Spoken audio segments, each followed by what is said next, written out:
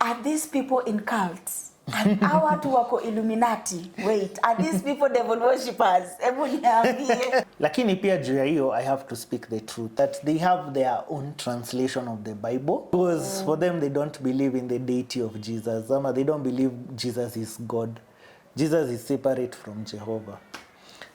For them they don't believe in hell. And remember, be kind to one another, spread kindness wherever you are. Nawapenda aki. Subscribe. Na walike hapo chini. Like na comment whatever you want. Na notification bell ka ujaring by the way, hiyo ni makosa. Notification hapo eka kwa all.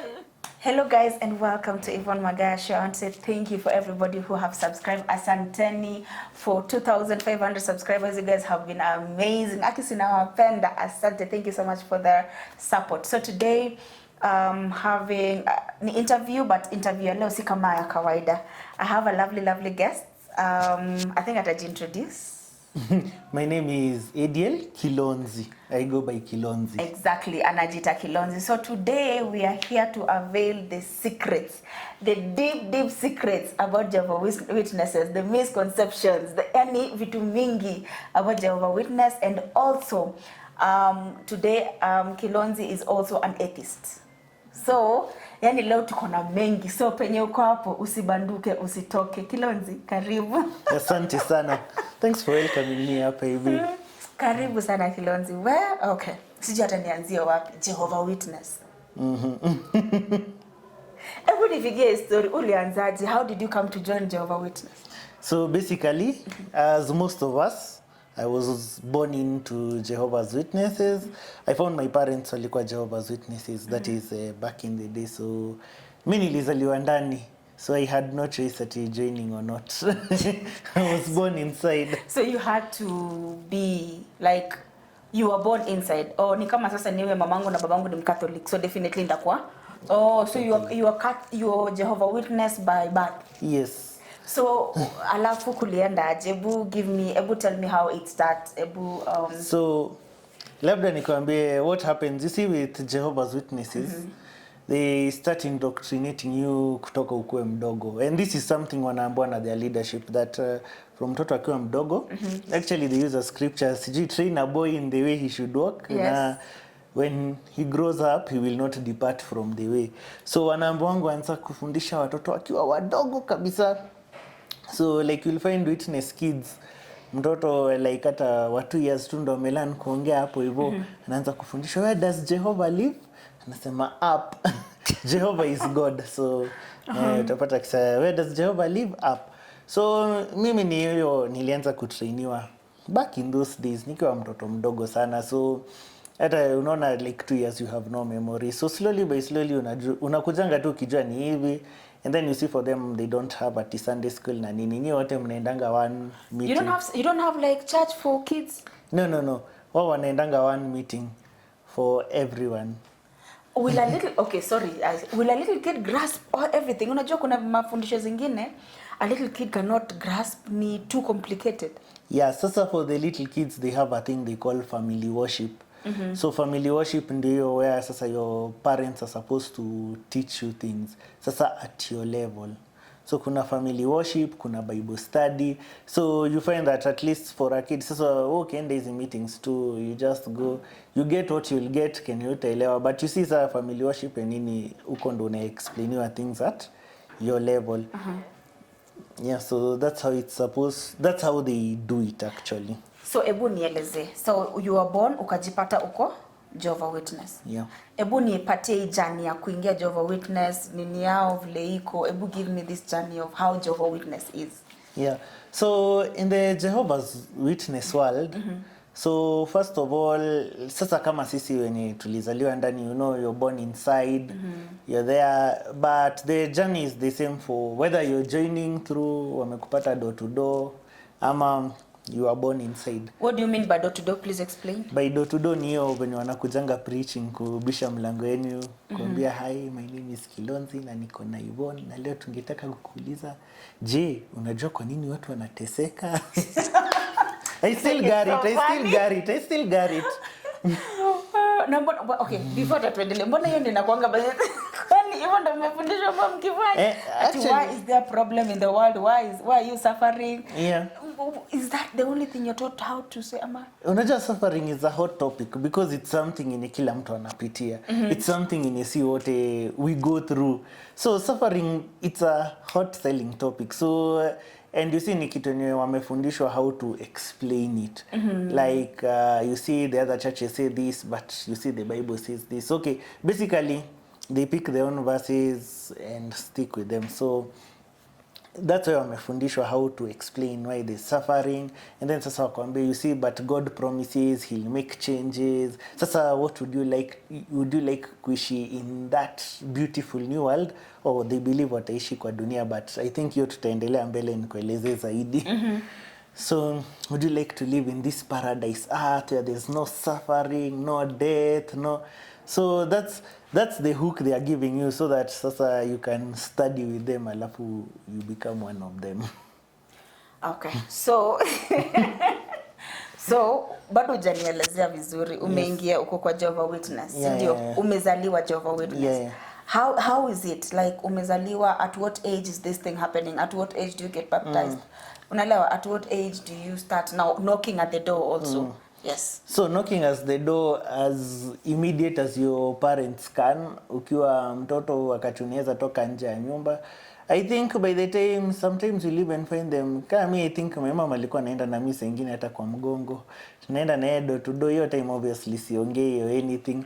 But then slowly by slowly akiona, kwanza unajua ukiwa mtoto, you know, kwanza watoto ni wazuri because you know, mkiwa watu wawili wakubwa kama mimi, people will bang the door at you, but akiona katoto kadogo ndo kamesimama hapo na katrak kwa like akiwe, hata kama ukutaka kusikiza utasikia taki kambia, hi, my name is Nani and we have this to give you.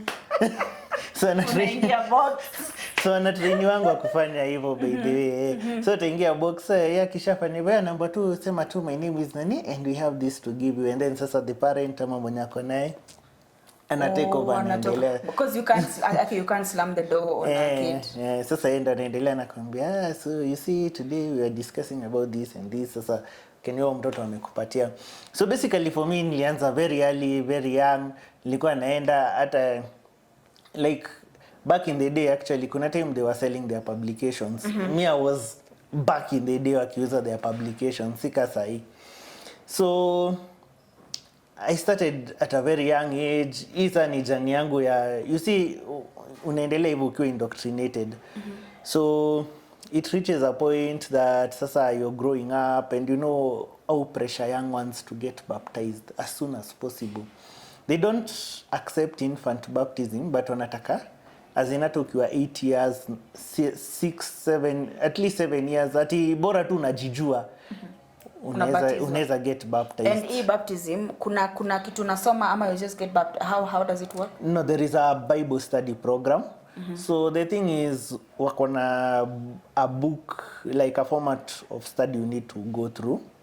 So they have changed it a couple of times. Nikiwa mtoto there was a book ilikuwa inaitwa knowledge book. So hiyo ilikuwa phased out. There was another book inaitwa Bible teach book. Sasa hiyo ndio mimi nilisoma. And sahi there is a new one. Sijali, lazima washinde waki-upgrade. Ndio manze msione mistakes za kitambo lazima zifichwe. Except under the rug. So mimi nilisoma sasa hiyo Bible teach book. But nikiwa mdogo knowledge book was there, ningesoma. But then sasa the Bible teach book ndo sasa nilifanya. So you see it's like a study program yenye mnaenda wakikuonyesha basics and nini, and then sasa from there you have to sit down with 3 elders. No, okay, inaweza kuwa 3 separate elders. But then you have to go through baptismal questions. Before you get baptized, actually kuna one small step. Inaitwa kuwa unbaptized publisher. So what happens, being a Jehovah's Witness, I know by the way, most people, you don't know this, they usually record and report how many hours they spend preaching. So kama mimi nikienda preaching as a child, I wasn't recording. But then sasa ndo nifike hiyo step, lazima uwe an unbaptized publisher. Hiyo ni kama tuseme ni internship ama nika trial version.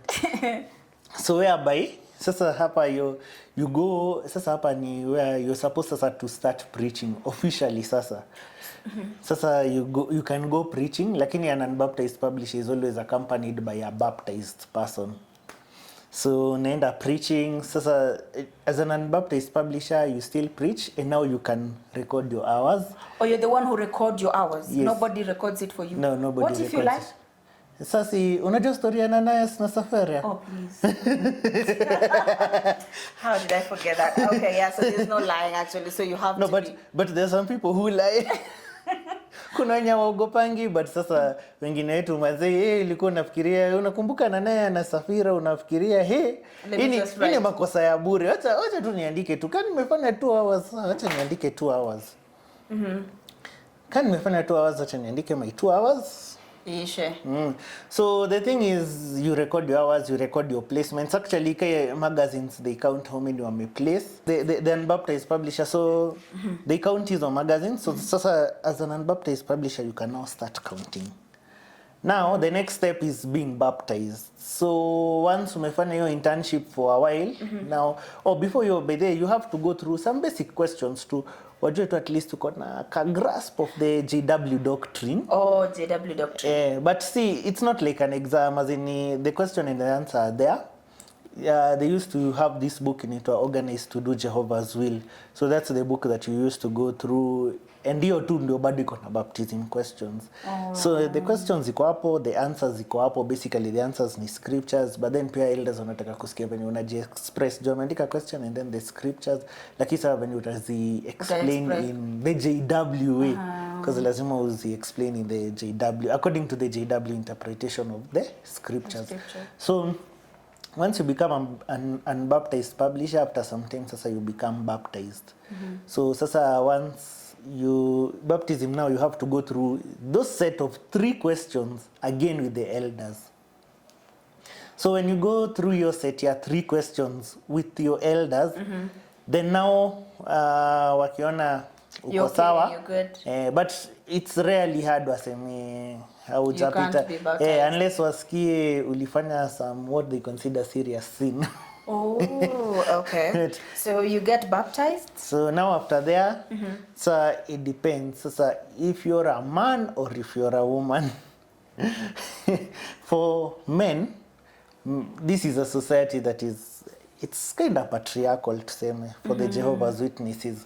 So they are kind of patriarchal. They kind of have this that, okay, men can go through the ranks in a certain way. Women can only do so much. So if you're a lady, what you can do is become what they call a regular pioneer. This is open to both men and women. But then it's taken as a rank, but really it's just you working for the Watchtower ama kuendelea kupreach, because a regular pioneer has to report at least 70 hours preaching in a month. So you'll have a part-time job and dedicate your life more to preaching. Now there's as a man, now there are levels. You can choose to be a regular pioneer, and then now you can choose to be what they call a ministerial servant. That is the first step. Nika promotion ya kwanza. So your ministerial servant madema wapewi? So okay, hata as a guy kwanza, immediately you get baptized, you start doing things like sound, roving microphones. Unajua naona hii ni kazi ya vijana. Ulifanya kazi gani? Unajua I want as you. Nataka uniambie sasa wewe jani yako nje of witness. Mimi ya kwanza nilifanya ilikuwa sound. So that is after being baptized? Yes. Immediately, most of the time immediately, kijana ukibatizwa, because I got baptized, I think I was in Form 3. When you get baptized, immediately unatupwa sound. Wewe cheza na hii maneno. You see, they have meetings where Sunday meetings ama some part of Thursday meetings, kuna part in any question and answer, though you answer according to what is there. Uko allowed kufikiria outside the box. Usilete maneno yako hapa. So they need people to take the microphones kwa watu. So hiyo roving microphone, hiyo kazi inapewa vijana barubaru. Okay. So sasa from there, I now became a ministerial servant. Sasa bado nikiwa sound. And then sasa you see ministerial servants are supposed to help with the tuseme day-to-day running tasks. The Kingdom Hall. The Kingdom Hall ni your church. Oh, you call it the Kingdom Hall? Yeah, the Kingdom Hall, your local church. So they're supposed to help the elders na the day-to-day running thing. Ukifikiria as an organization, elders ni ka decision makers. Wao ni ka managers. Ministerial servant ni ka line supervisors. To make sure vitu hizi zina run vizuri, wana make small decisions, but mostly hao ni kurun routine tasks to make sure vitu ziko sawa for the other workers uko chini. So ministerial servants. So being a ministerial servant, sasa that's where I had reached. But you also get to like give talks. Sasa their Sunday meetings iko divided into two parts. Kuna what they call the public talk and the watchtower study. So the public talk, hiyo ni a 30 minutes talk on a topic. Yenye you're given the outline. Basically kila kitu iko highlighted. We tu ni ku-add material into it. Uko na the scriptures, uko na nini zishaandikwa hapo. Kawa nataka you quote an experience imeandikwa, but then wanaweza kurefer to ingine. So you just have to... Everything is... You stick to whatever is there. Most of it iko na a clear outline on how the talk should flow and how it should... Everything iko clearly defined. We tu ni ku-add, tuseme, ni ku-add meat to it. Okay. So kama sasa as a ministerial servant, sasa I could now give those talks on Sunday. But unapewa let's say like once ama twice ama thrice in a year. But elders pia ndo upeana hizo talks. And then you see sir for JWs, you can have a person from another congregation, neighboring congregation amekuja. Sasa let's say kama uko let's say Kikuyu congregation, unaweza enda next day to Kino congregation, ama uende to Ngong congregation. Actually mimi nilikuwa Ngong Hills congregation, inaitwa Ngong Hills North. So that's how sasa after there now there is the elder level. So the elder level sasa kwa the congregation level, that's like how high most men aim to be. Because I mean nilikuwa in training to be an elder. An elder. So elders do things sasa kama they call them shepherding calls. Basically wanakuja kwako kwa members of the congregation kuelezea tu. Sasa for example, if an elder atakuja, Yvonne, how have you been? Most of the time inakuanga kukuguilt trip because you have not been preaching enough. Oh, if your watch time. Umesema ndio watch hour ama watch time? Your hours. Your hours. Hours zako hazijaingiana. Nakwambia Sister Yvonne bana, from what we can see, you're not doing it. Your hours bana, your hours, 6 hours. Unataka kuniambia tu in a month you can only manage 6 hours. Alafu unafunguliwa scripture. So that's the elder level. So from there kuna other level. Sasa kuna a level inaitwa circuit overseer. The circuit overseer basically... That is after elder and then after now the elder. bigger, Sasa the elders like hao ndio kusema kwa congregation. They'll do things kama kufind out ka baptism, so unaona ndo wana determine. Okay. They determine whether to disfellowship you, that is take you out of the congregation for serious sin, ama kama umedecide unatoka, wao ndo wata deliberate on that. So they also decide like if you'll be now a ministerial servant or an elder. But then sasa the final decision before, wow, they only recommend you. Then sasa the head of congregation, like he has some congregation like 7, 8, 10 under his jurisdiction, anaitwa circuit overseer. So the circuit overseer usually comes like once in 6 months. Kuna special week wanaitanga circuit overseer week, where this circuit overseer comes.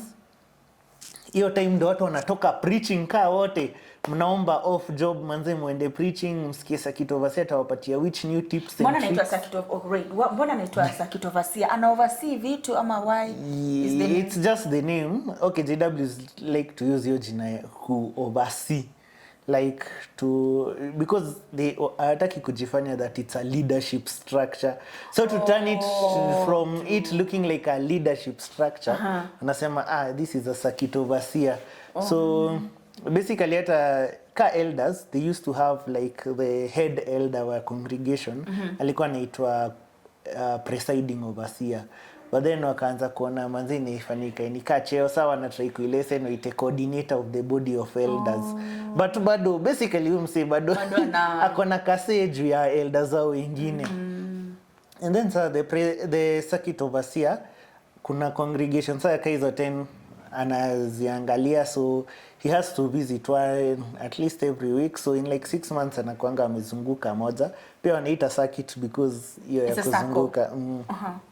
So congregation by congregation anaenda like sasa hiyo week atapeana talk, kutakuwa na his special meeting with the ministerial servants and elders.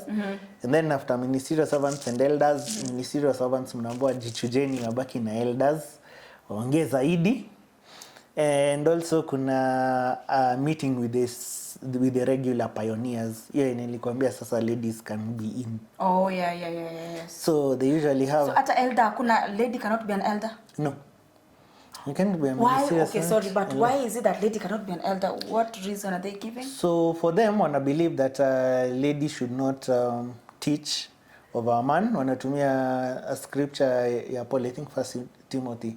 Hapo hivyo naweza kuwa nimekosea by the way, but tutai reference labda baadaye. So they show that a lady should not teach over a man, and in the rare situations inabidi a lady teach, let's say like for wakienda before ende ku preach, they usually have a small meeting inaitwa group service meeting. It's like 5 to 10 minutes. So sometimes unaweza enda upate there's no baptized brother to lead. So what they'll do, if there's a baptized sister, then she can conduct your field service group, but lazima aeke kitambaa kwa kichwa. So they strictly believe in what they call headship, like a headship hierarchy, that God ako juu, Jesus chini. Kama ume notice by the way, for them God and Jesus is different, but tutaingia into doctrine kiasi. So for them God is up there, Jesus, then now the man is the head, and then sasa the woman ako chini ya the man.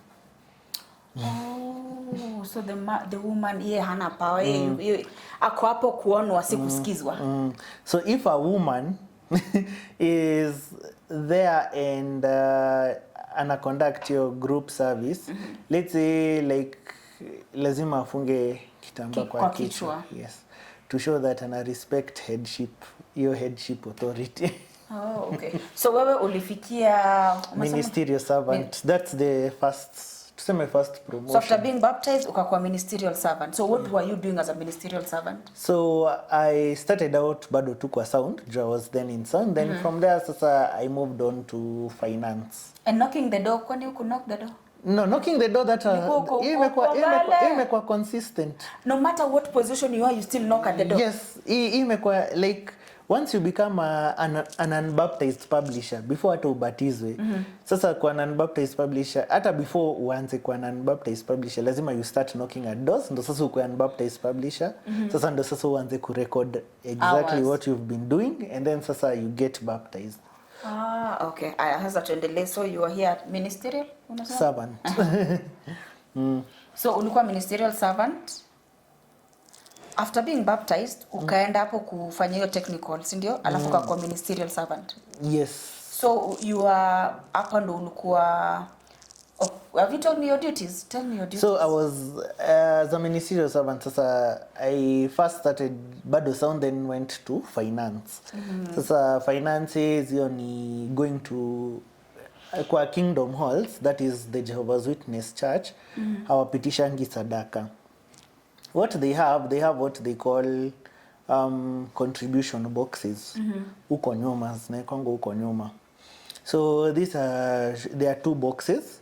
One is labeled for the congregation needs, na ingine ni for the worldwide work. Worldwide work ni what they call their preaching work.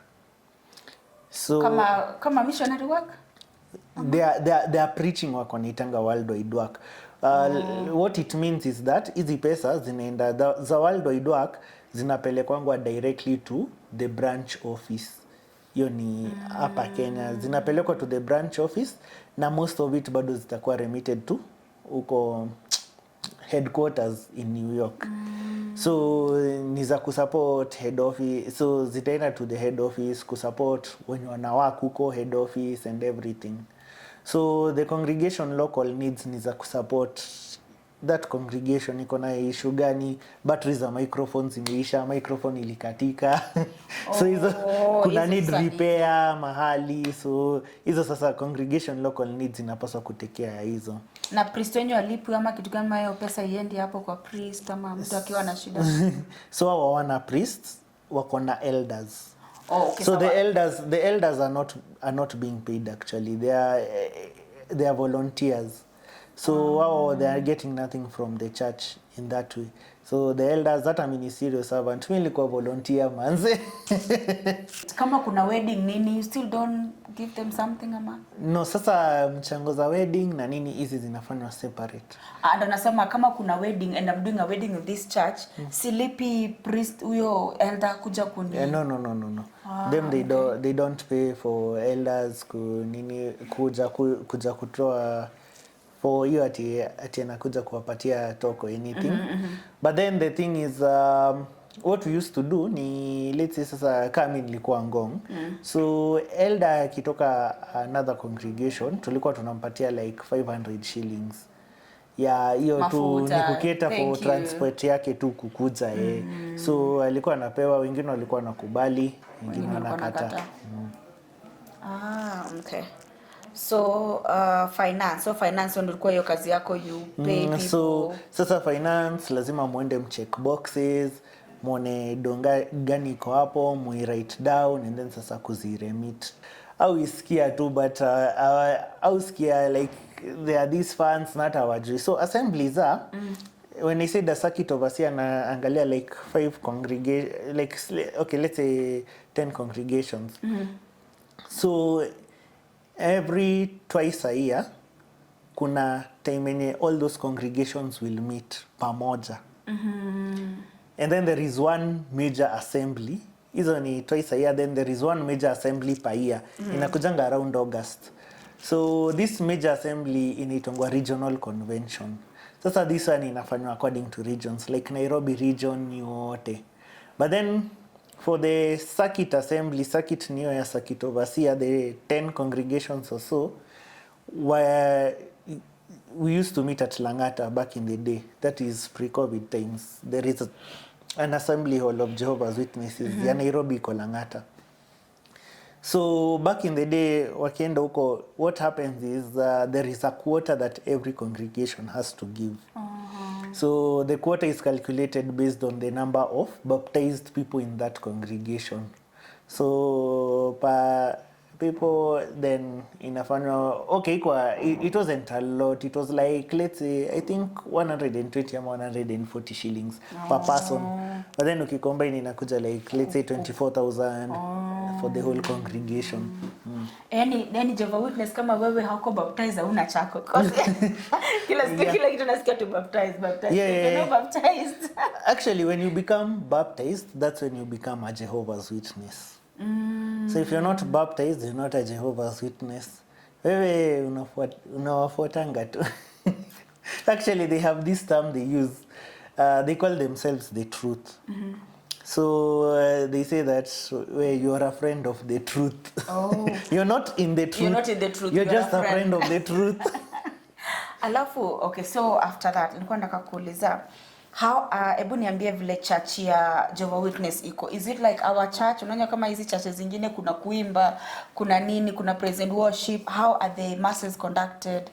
Yes. So they have 2 meetings for them. That is on a regular day. So they have the Sunday meeting. The Sunday meeting iko categorized into 2 parts.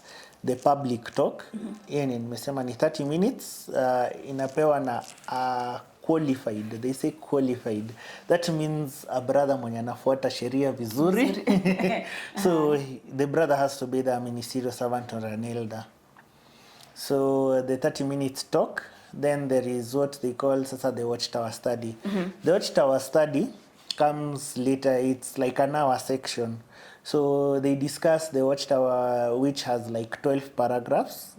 specifically for that day. Like worldwide they'll be discussing one watchtower article yenye imeprintiwa from New York. So lazima wakipiwe in check bana, lazima wajue hizi vitu. So through that watchtower study, so it's formatted in a question and answer format. So there is one elder who, it has to be, most of the time it's an elder, unless there is no elder, that's when a ministerial servant can do it. So yeye tu kazi yake ni kuuliza saa swali, and then the audience wanainua mkono, then ukichezea unangoja upewe microphone and you answer. So the question is there, and most of the time it's like the answer is already there. So the, like, you'll find the question is how like, let's say I'm just trying to think of something. Like, let's say, yeah, the question may be, why do we suffer? And then the paragraph akisoma hapo hivyo utasikia paragraph inasoma, so when the watchtower conductor, there is another brother mwenye usoma hizo paragraph. So atasoma paragraph, then the question you ask, and then the audience tena ata repeat answer, of which already nikaisha somo hapo. It's very repetitive yani. So utaona tu the question is like, why do we suffer? And then the paragraph in read, there are very many causes of suffering in this world, but we know that the main cause of suffering is Satan the devil. Ever since Satan led Adam and Eve to rebel in the garden of Eden. So unajua, so itasoma kitu kaa hiyo. So then imagine atasoma hiyo, then tena muulize, why is there suffering? So basically same thing, and then sasa kuna hiyo comment ya kwanza, then mseta pick scripture yenye iko hapo sasa. Okay, what I don't. So nyinyi mko na ile service, you see like other people like ndio sasa mmeingia service, hakuna kuimba, is there? Yeah, so there's what they call the, okay, so Sunday meetings, actually Sunday meetings are different from Thursday meeting. I'm a midweek, what I need to midweek. You call the meeting a mwiti? Yeah. It's a funny thing, they call them meetings, not service. As in, basically, it's just once you're out, you start to realize this thing. Watchtower is basically like a publishing company. And so, you see, that's why wanatumia jina, like at a business terms, meetings, it's a meeting, not a service, not a worship station. We'd assume it's a worship station because you're there because of God. But that's wanaita meeting. So, the Sunday meetings, zina format ni, there is the first song and then the prayer, and then sasa like the person anapeana song na prayer na anaitwa yeye ndo the chairman. So atasema, then sasa I welcome the brother who's now giving the talk. So the brother atapeana talk, amalize, chairman aseme ni hivyo sasa wamefunga talk. So sasa ite the watchtower conductor mwenye atakuja, and then he ata initiate the second song. Yeah, sasa the watchtower, the first song imechuziwa na the person giving the talk based on the theme ya the talk. The talk ya watchtower hizo zinakuja, hizo ni printed hizo. Hizo mnanga option. Hizo zinakuanga printed. So wataimba the song ya watchtower, and then sasa after watchtower tena kuna the concluding song, and then the concluding song pia iko hapo, and then sasa concluding prayer sasa itapeana. So amuna ile ya kushangilia, like you see like other churches kuna hiyo maybe they sing maybe for like an hour ama 30 minutes kuimba tu thanking God. Another thing, do you have meditate like does the anaitwa nani huyo elder ndo sasa anafanya preaching ama who does the preaching? The elder depends, elder hiyo siku na sasa huyo elder when he's kuna ile going to your knees praying kitu kama hiyo. Zao it's a talk, unaona hata kita 30 minutes nikisema it's a talk, it's basically a talk. So brothers and sisters, this is what we've been doing, this is nini based on the topic. So how long the church your Sunday, the first meeting, how long does it take? It's supposed to take 1 hour 45 minutes, but then unajua sisi wa Africa overtime lazima tutapitisha, so it ended up taking roughly 2 hours.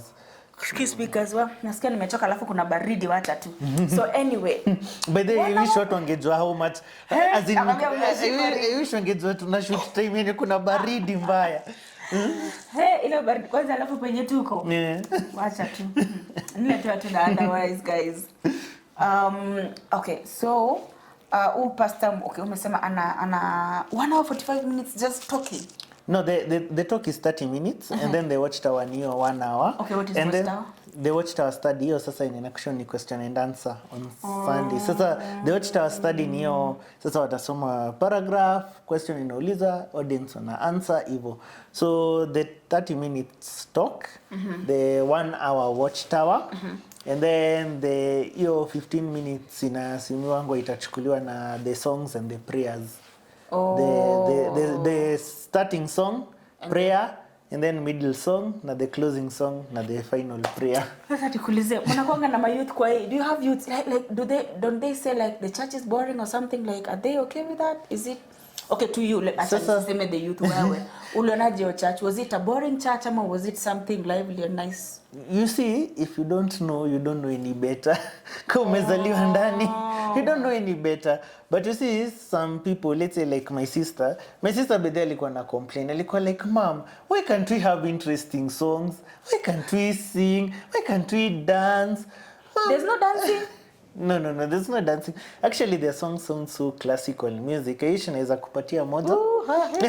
Nitakupatia moja. Sijika naweza kupatia moja attach kwa hii clip baadaye watu tusikie tuka segment tu kiasi nizo zina sound so ni more of classical, they are more classical music written. So hata ni juzi they started getting songs like at least walipata moja imekuwa ka afro si semi afrobeat but African beat. Soka. And then wakaanza kutoa pia soft rock zao, but hizi ni zao made by for Jehovah's Witnesses. Si ati ziko huku nje. I can't just ati sasa imba, let me just sing any other song I have. Hizi ni for and by Jehovah's Witnesses. And the songs hizo soft rock unaona si zenye mtaimba, kuna specific church songbook ya ini ya church mkiwa church.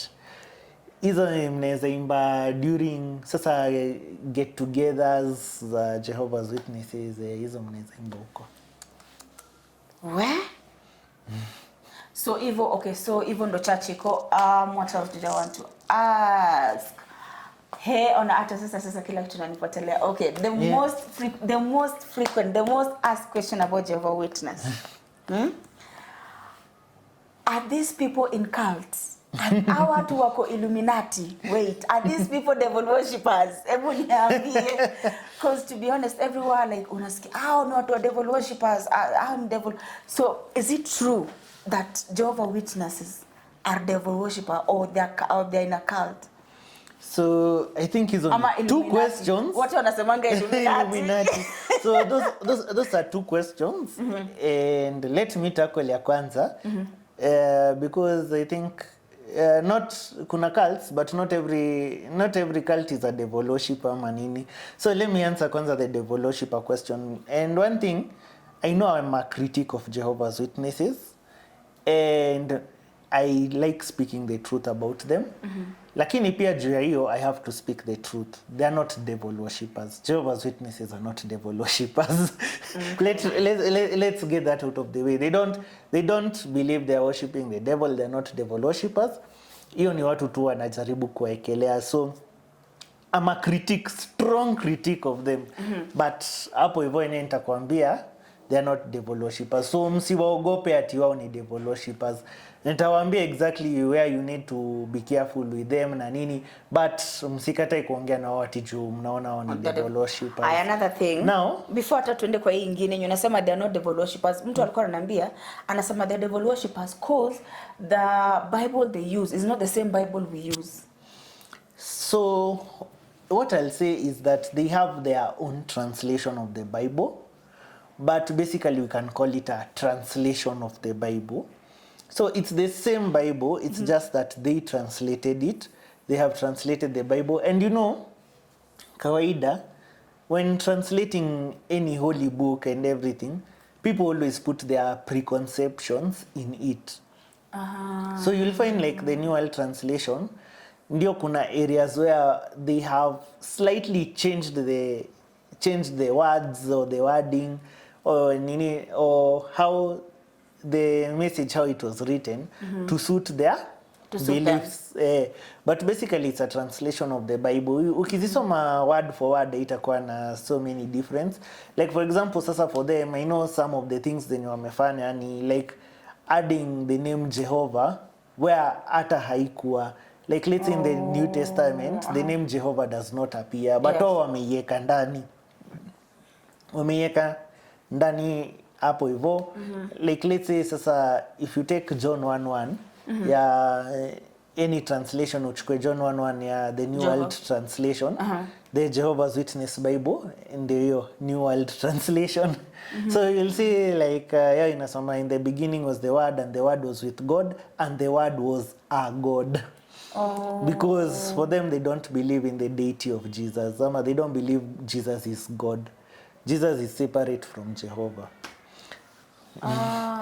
So there are some of those things utapata. For example, kasasa yao where let's say like the original Hebrew word was Sheol, utapata wao wametumia jina kama grave because for them they don't believe in hell. Ama where the Greek word Hades, other translations sana sana hizo uzirenda as hell, ama kuna wenye wana retain hiyo jina Hades in Greek as it was. Wao pia their original they revised it. The original one had Hades as it was, but then in the new revision wali change to grave. Unaona? They don't believe. Okay, that one I'll come to the beliefs. So God, I'm coming to the beliefs of Jehovah Witness, what they believe in, the what they don't believe in. So tuendelee sasa the second so bado one. if they are a cult. So when it comes to a cult, and I'm striving to say the truth, they are a cult. Hapo sitakudanganya. They are a cult. If you want to know why, you see, if you ask a Jehovah's Witness atakwambia no, because they have been trained to say that but you know, if you're in a cult, you're in a cult if you have only one leader. But then what they don't know is that there is this model inaitwa a bite model. It was given by a guy inaitwa Stephen Hassan. Stephen Hassan was in a cult inaitwa Moonies. That was a cult in the US, but then akatoka. So he started doing some research on cults, and actually as we speak, hiyo model yake inaitwa bite model of identifying cults is going through academic review, such that like people in academia wana review such that sasa it's almost going to a place in sasa itakuwa like a formal way of defining what a cult is. Yeah. So the bite model, bite ina stand for behavioral. So behavioral control, that's the B. There is the I, which is the information control. There is the T. I have no idea. Let's go to the E. The E is the emotional control. I have forgotten T. I think somebody will Google the bite model. Google. Google the bite model. Freedomofmind.org. That's the site. You can just search Stephen Hassan's bite model and you'll see. So under all those like behavioral, there is a list of what specific things they do. Information, specific things they do. T, yani nimesahau, specific things they do. And E, the specific things they do. And if you start checking hizo ticks against Jehovah's Witnesses, unaona red flags. Okay, so why do you define them as a kama wewe Kimanzi? Why do you define them as a cult? I define them as a cult because you see they fit neatly into that bite model. And the political correct term badala ya cults siku zinaitwa high control groups. Or the Illuminati. No, not Illuminati. Or the Illuminati. Not Illuminati. Mtu anaweza sema Kilonzo alisema JW ni Illuminati. Alafu hiyo quote you taken but waseme sisi, alafu unajua wakisikia JW ni Illuminati, sasa tasema you know they are told that us ex-members only lie. We never speak the truth, we only lie. So atasema yes, unaona? Hata anadanganyana anasema ati sisi ni Illuminati. But anyway, they are a high control group ama cult. Yeah. Ujaniambia ni kwa nini? Why are you give me some 2 or 3 reasons why you define them as cult? As a cult, yes. You see they strive to modify your behavior. And then you'll find like kuna hiyo modifying your behavior that wanakuambia you see you should put on the new personality.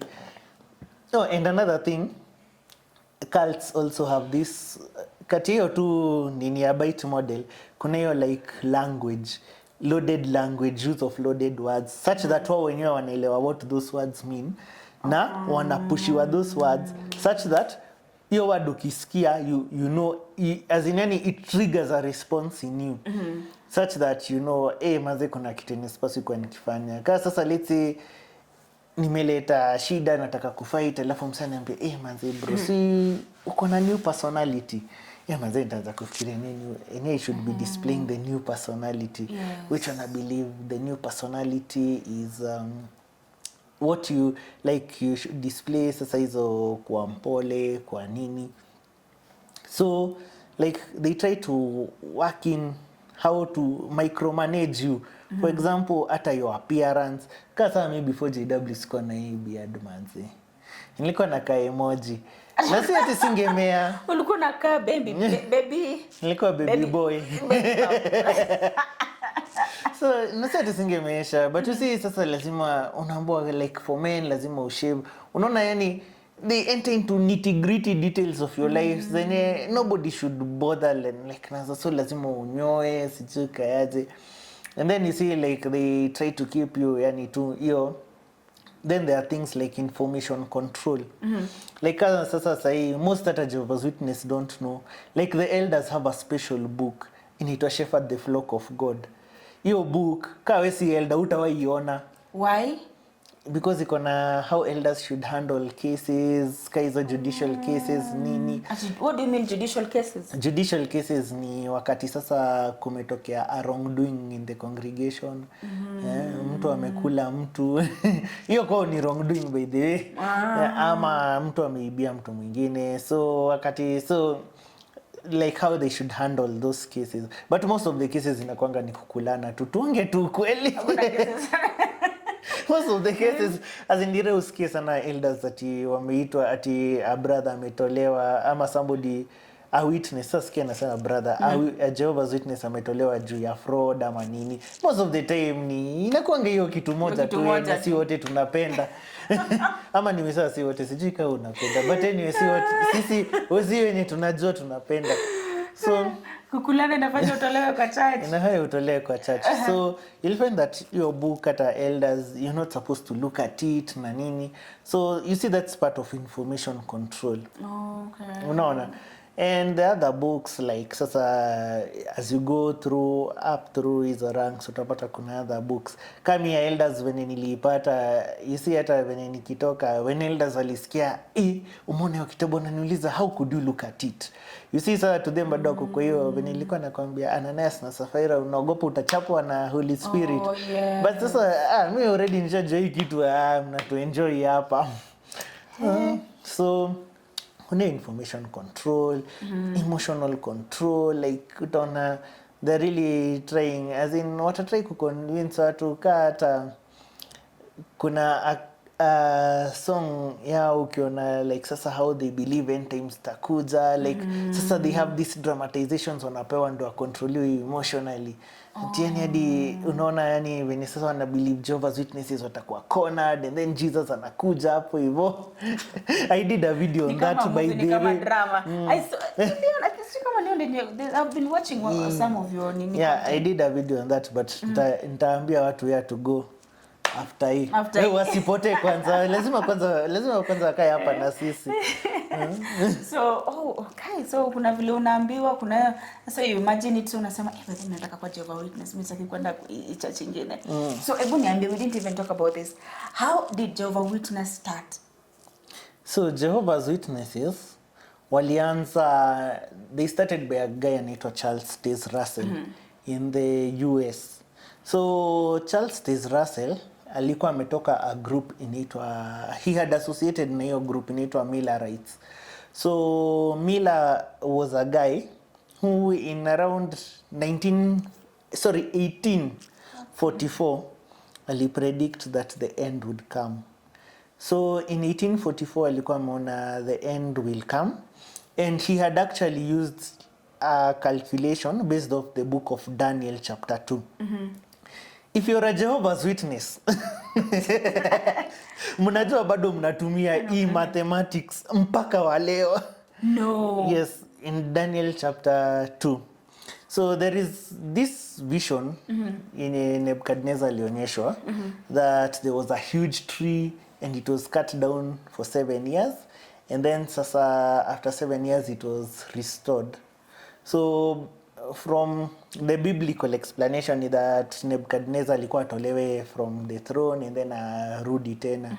But then sasa the Millerites walisema that prophecy had what they call a double fulfillment. And JWs use hiyo analogy a double fulfillment mpaka leo.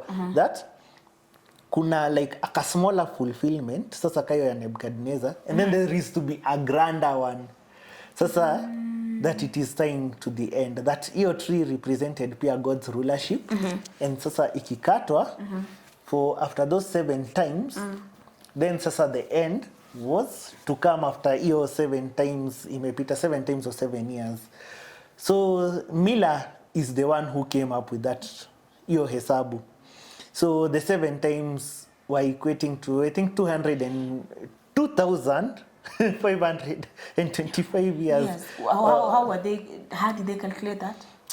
It's something complex. Okay, Hata si kitu inaenda, because you have to jump from scripture. In Daniel uende Revelation. So Revelation mentions 3.5 times.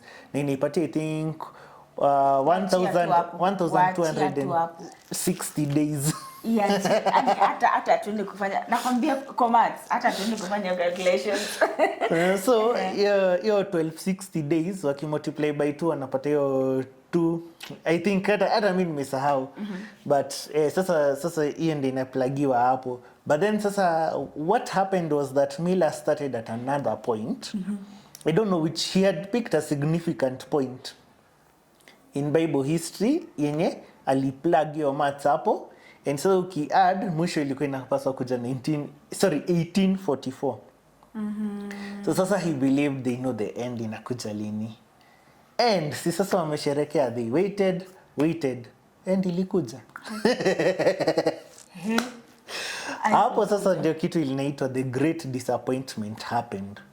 So from hiyo group ya Millerites, so others walikuwa naona maybe he was right, he picked the starting date to be wrong. Others walifeel it was so close, so from there kulifragment. Few religions ilitoka hapo. Notable one, SDA ilitoka kutoka Millerites movement. Ellen White was a member, and pia Charles Taze Russell, and I think there is, though not solid kabisa evidence, but inaka kuna time Ellen White and Charles Taze Russell collaborated or had some discussions. So sasa from there Charles Taze Russell, what he did for him, akaona hapana, hii maths inaweza kuwa iko wrong, we picked a wrong date, wacha to try a new date when Jerusalem was destroyed. Such that when Jerusalem was destroyed, tunaweza sema like the rule ya David, unajua when walikuwa na rule from Jerusalem wa David's descendants, that was when it was cut off, and then sasa after those 7 times sasa Jesus will start ruling again. Sasa after hizo 7 times, of which translates after hiyo mathematics yote. So basically hii maths ya kuexpand hiyo nini ijai change, ni where it was to begin. Now the mistake walifanya number 1 ni they did not know when Jerusalem was destroyed, but they knew by then, actually archaeologists knew by then when Jerusalem was when what happened, when Jewish captives were released, but hawakujua when they were taken in. So what happened ni since they did not know that, lakini si walikuwa na Bible, wakaona Jeremiah anasema nini ita last 70 years. So they only subtracted 70 years back, wakasema then lazima 606 BCE, that's when Jerusalem was cut. Now for Jehovah's Witnesses I'm sure kama kuna mmoja naona sasa anashanga, ai hapana, book yetu inasema ili happen 607 BCE. Na nitakwambia ni kwa nini sasa inasema hivyo. Okay, so ni kama ilichangewa. So they picked 606. But what has happened is that sahi archaeologists know exactly when Jerusalem fell. It wasn't 606 BCE, it was 587 BCE. So first of all, wanaanzia on a wrong footing because that's the exact wrong date. Now, what happened for them, pia, si walikuwa wamesema 606. Charles Taze Russell alikuwa scholar. Hakuwa scholar. Hakujua kitu moja. There was no 0 year between 1 BCE na 1 CE. As in nani ilitoka 1 BCE when ilisha tukaingia 1 CE. So there was no 0 year. So calculate, unaona ilikuwa amechoose 606 BCE. But hakujua hiyo. So with hiyo math yake ya 606 ilikuwa ina land exactly na hii ni ya Jehovah's Witnesses have to date 1914. So 1914 Charles Taze Russell akasema the end inakuja. Mila alikuwa wrong. Alisema 1844 but nijua kujua siku ya kwanza. 1914 is the year, the end is coming. Hebu niambie nikikaa hivi kama bado naonekana. Unaonekana lakini hii part inakaya iko out. Imekatwa. Aya, So 1914 was to be the end. Sasa hiyo bede, if you read, you see most Jehovah's Witnesses don't know this. Mimi nilikuwa najua wali make a false prediction but I didn't know the depth. Sasa when I went back and started reading what they had published then, una realize alikuwa anasema hata sikubahatisha, hii kitu ni certain. Inakuja. Mila alikosea tu kiasi tu akaweka 1844 but 1914 inakuja. So 1914 ikafika. Mkangoja. End imekuja? Hakuna. So part ya watu wa Miller Rights Movement kuna wenye walikuwa wamesema what happened, na hata Charles Taze Russell bought into this because yeye mwenyewe he believed in 1874 that's when Jesus alireturn kwanza invisibly, akaanza sasa kuobserve the world more closely. Sasa he was observing the world more closely. Actually alisema he returned invisibly. So 1914 was sasa to be the end. Like sasa 1874 mambo ianze ichache hadi 1914 Armageddon. 1914. Hey. Disappointment ingine hakuna kitu. By sheer coincidence. And I'm saying this it's sheer coincidence umeshika. I can see you're a good history student. As in it was by sheer coincidence. By the I'm sure ka world war inge happen, probably at Jehovah's Witnesses angekuwa leo. Wangescatter another disappointment. By sheer coincidence. That was the year of the First World War. Yes, that was the year of the World War. Nakumbuka. So that was the year of the First World War. So, sasa at least kuna kitu ina happen duniani. Ama labda tulikosea kidogo lakini hatukuwa wrong kabisa. Kuna kitu ina happen. So that's how sasa Charles Taze Russell managed to convince people that okay, I think it was a mistake. Haikuwa Armageddon ikuje then, but this was to be the beginning of the end. So hivyo ndo venye alifunikia hiyo nini akajifunika. As in yani baishia coincidence tu ya First World War. Hiyo kitu ilimwokolea sana. Sasa wakakeep your date. Ikakuwa 1914. Sasa 1914 ndo akasema Jesus started ruling in heaven. And when he started ruling in heaven, the first thing he did was kick Satan out. Ndio maana kukaanza kuwa na turmoil on earth. So actually they thought the First World War ina lead to the end. Then sasa when nilisema Charles Taze Russell si scholar. Hapo amekumbuka kuna 0 year in between. In between, yeah. Sasa date yao ilikuwa 606. Lakini sasa since hakuna 0 year in between, uki add from 606 inakuja 1913. Lakini hiyo si year yao. Yeah, sasa ni 1914 hiyo ndio inakaa iko na evidence. So instead ya kuvuta huko nyuma wakadecide tu wavute 606 to 607. Hapo ndo sasa nilisema mtajua kwa nini leo 607 ndo wanatumia. Ndo sasa kwa zile za sasa nakuelewa. Ndo sasa wakaivuta iingiane. So basically as in if this thing was divine from the word go, hakungekuwa na so many mistakes in between. So hivyo ndo venye ikakuja. But unajua pia they have a doctrine wanaitanga new light.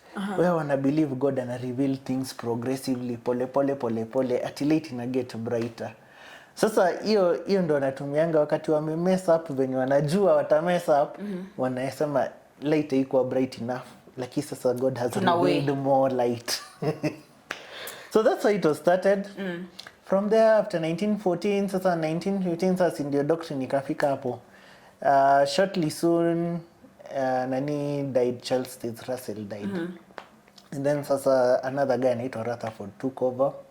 Sasa he did a hostile takeover because before they were being called Bible students, hata kwa nayo jina Jehovah's Witnesses. So he took like a hostile takeover, akatry kutoa watu wenye walikuwa more loyal to Russell's teachings, akaongeza some of his teachings. Like sasa that's the time Christmas ikakuwa banned. That's the time kulikuwa na so many changes in their doctrine.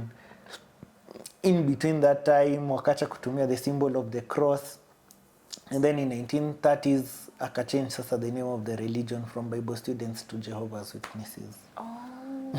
Okay. Well, so umesikia aya, we have now the do's and the don'ts. Kuna kitu umeniambia about God and Jesus being different. Ebu niambie. Okay, what I mean, see the do's and the don'ts, like what they believe in, like nini, something different what they believe in and what other Christians believe in, right? So what is the difference? Ati wanasema God and Jesus are two different people. Yes, so for them they believe God is sasa yeye ndio Jehova. God's name they call him Jehova. Though recently wameanza ku accept pia the name yawe vizuri. But you see kitambo they stuck with Jehova, and it's because Rutherford decided hiyo time Jehova was the more common name. So na hiyo ndio ilikuwa kwa King James Bible, so akasema Jehovah's Witnesses. So later when scholars came up na the name yawe could change, but Jehovah is they believe Jehovah God is Jehovah God. is God. So in the Bible hakuna mtu anaitwa God. No, they use the term God. God is Jehovah, but they believe God is Jehovah. But kwa wanasema God is a title. God is more like a title. It's like king. It's like king, babe. President. Ni kama babe lakini uko na jina so yako. you can have many babes, but kuna wako na jina yao. Babe Kevo, Babe Stevo, hivyo. Sijiko umechapa character development na watu, but anyway. Sina nashangaa mbona unanipatia Kevo na Stevo na Mabrayo. So sasa naona hivyo venye pia president, but Uhuru Kenyatta. Yes. So wana believe like God is a title. And then you see like hata Bible sema kuna many gods and many lords, but sasa like ikitumia gods zenye wanaeka God small g. But then sasa Jehovah is like the name of this specific God. So Jehovah lazima ikuwa na J kubwa. Yes, Jehovah ni the true God. To them Jehovah it's his personal name. When you're in Yvonne, mimi ni Kilonzi, sa Jehovah ndio his jina name yake.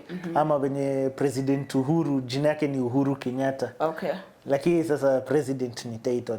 So sasa for him, for them God Jehovah yeye ndo amekuwa his God, he has existed, always existed. Hizo properties zote zenye you give to God, they are given to Jehovah. That he has always been there. He is eternal from end to end. He like basically all characteristics za God. He's loving, he's powerful, he's knowing. Though Jehovah is not all knowing, the Jehovah is not all knowing, but he knows. Sometimes he chooses not to know some Why? things. What do you mean? It's a funny thing once you start getting into the depths of their doctrine. So sometimes he chooses not to know things, but he has infinite wisdom, infinite power. These are attributes. But then Jehovah God created Jesus by himself.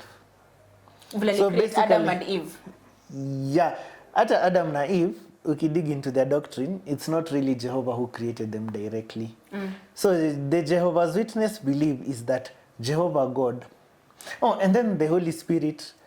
Jehovah God is God, but then the Holy Spirit ni what it's they call it his active force, such that it's the energy he uses to do things. So it's not a person, haina personality. To them, the Holy Spirit is a thing. It's like what Jehovah uses. When But they believe in it. Yeah. But when mimi natumia mkono wangu, Jehova anatumia Holy Spirit. Akitaka kasa umekaa hapa, Jehova akitaka kukuinua, hiyo force yenye ita act on you ndio his Holy Spirit. Ndio itakuinua juu. So basically his Holy Spirit huituma kufanya vitu. Inafanyanga vitu zake. So what they believe is that Jehovah used his energy na nini. He is the one who directly created Jesus. So Jesus is created. Jesus is not eternally. Inadha nini, Jesus is also eternal. Yeah, he is eternal in other religions. Jesus was created. So Jehovah produced ama created Jesus. Na hii wanatoa wapi? Which Bible? Where do they quote it from? Ama is this something they have? So basically pia wako na scriptures zao. So unaona kama ikirefer to Jesus as the firstborn of all creation, inashow Jesus is part of the creation. So that's why anasema Jehovah created him. And then like in the beginning was the word and the word was. So inashow Jesus was created. Pia wanaitoa hapo. So that Jesus was created. So and then sasa kutoka hapo Jesus Jesus is the one who created all other things, because anasema through him and for him all other things came into existence. So Jehovah created Jesus, then through Jesus sasa Jesus is the one who created everything. And then like kuna hii verse in I think Proverbs or Ecclesiastes, I may be wrong, siku hizi niko rusty, kitambo nilikuwa nazo hapa. But inashow Jesus like was besides God. Sasa hii part wisdom is being taken in kwa hiyo part. Ukisoma hiyo part plainly ni wisdom being personified, that it was with God hivyo. But sasa wanasema pia hiyo ni ina show Jesus ndo pia anakuwa personified hapo. So like he was besides God as a master worker. Other translations inatumia jina ka architect, but hiyo inatumia jina master worker. So Jesus was just some, okay, do they believe that Jesus is holy ama is there anything around it that is different from what you believe in? Sasa hiyo difference ya kwanza ni hiyo that Jesus was created. Jesus and sasa like it's God, then Jesus, then sasa like the spirit realm, and then sasa this other realm. Like actually they believe like sasa kwa Bible God akisema let us make man, alikuwa actually anaambia Jesus, manze si tujenge atu ama let us do this hivyo sasa. So that's the first difference. Kuna so many differences for them, like let's say they are strongly against a doctrine immortality of the soul, and that's what they call it. They don't believe that you have a soul. They believe you are a soul. You are the soul. What do you mean? So they believe that it's not that I have a soul inside me. Mimi Kilonzi ndio the soul. So when I die, nimedai, my soul pia imedai. Like once you're dead, so you have to either you're being so actually that happens sasa to watu wenye wanakuwa resurrected huku chini. There is another elite class hao wakikufa wanaenda juu. But majority of them and a majority of humans wana believe ukikufa ni hivyo unangoja resurrection. You said also they don't believe in hell, so if you die, where do you go? Like the judgment day, kwani what on, there's no hell, heaven and hell. So for them they have a small class. Yeah, they believe 144,000 people will go to heaven. 100 and what? 44,000 people. And where do they, okay wait, where do they come up with all this? Sasa kai hiyo wameitoa kutoka Revelation chapter 7 na bado pia kuna mali inaripitiwa bado. So they believe only 144,000 people will go to heaven. And 144,000, see ati as of now, ni from the 1st century. Like from disciples wa Jesus. In fact, wana believe like 1st century Christians wote walikuwa hiyo 144,000. So sasa hiyo wanapaswa kuwa few up to sasa near the end kuna wenye watakuwa more of raptured, and by the way their teaching kitambo was against kuwa raptured, but sasa hii nikaa imechange to just before the end kuna wenye nikaa watakuwa raptured juu anasema hawasemi specifically raptured but wana show just before the end hapo hivyo Kenya wanaita great tribulation ianze utakuwa raptured. So I know as in unajua it's hard, I'm trying to avoid using hizo their terms. So yani iwe palatable ama iwe easy to understand, but as in there's so much to unpack in this. Okay, fikiria hivyo, but so for them they believe that our to like sasa our 144,000 are the only ones who will go to heaven. A majority of people watakuwa hapa on earth. So what happens if you die, then sasa if you didn't get a chance ya kusikia the Jehovah's Witness message, you will be resurrected, and other Jehovah's Witnesses pia when wamekufa faithfully watakuwa resurrected. So that is like after Armageddon, after like God does away na evil people. Na by evil people by then ni wengine wote by them mnafall kwa hiyo category. Kama wewe si Jehovah's Witness, sana. Kama wewe si Jehovah's Witness, you are evil. Kama wewe si Jehovah's Witness, by the time Armageddon inagonga, wewe pia unatoka. Pole. Wewe una second chance by the way. But their teachings nile inakuogopesha, so you have to stay in this religion. Lazima. This is the true religion. So if you're not in this religion, when the end time comes, you're not going to heaven. When the end time comes, manze pole sana. So kama mimi wanajua msee mimi sita make it.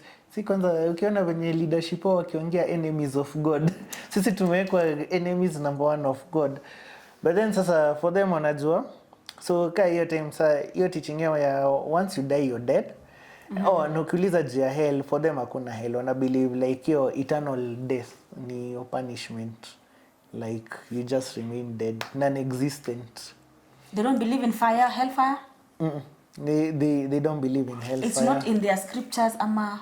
No, the places sasa like let's say for them wana believe like Jesus mentioned Gehenna, it was a metaphor of which Gehenna yenyewe, by the way, Gehenna was a literal place. Yani ilikuwa ina refer to a place, a valley of Hinnom, Gehenna. Yes. But then wana believe mention the lake of fire kwa Revelation, of which ni kitu iko pia hapo kwa Revelation. But you see Revelation is written in signs and symbols. So wana believe ukisema the lake of fire ina mean the second death, of which kuna one verse yenye by the inasema hivyo explicitly, but si kila seki mention the the lake of fire inasema hivyo.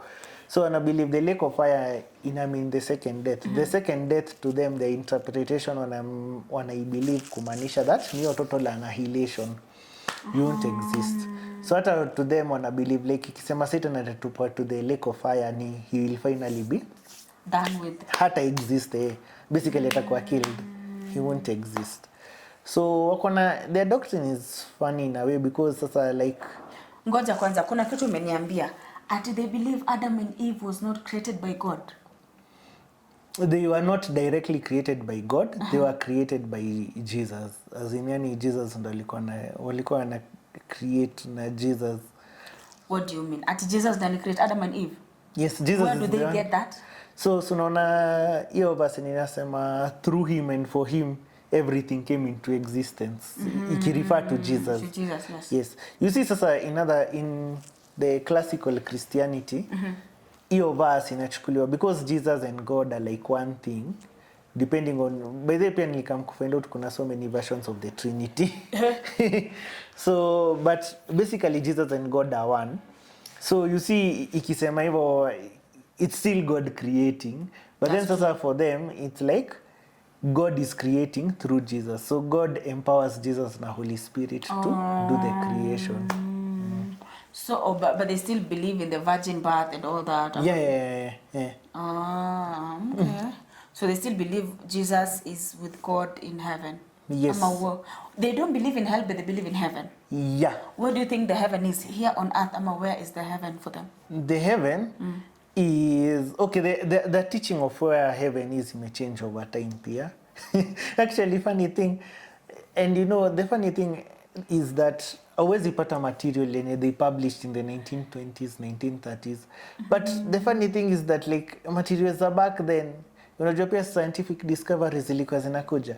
So you can imagine like at that time they were speculating. They were kusema explicitly that speculating heaven inaweza kwa kuna constellation inaitwa Pleiades.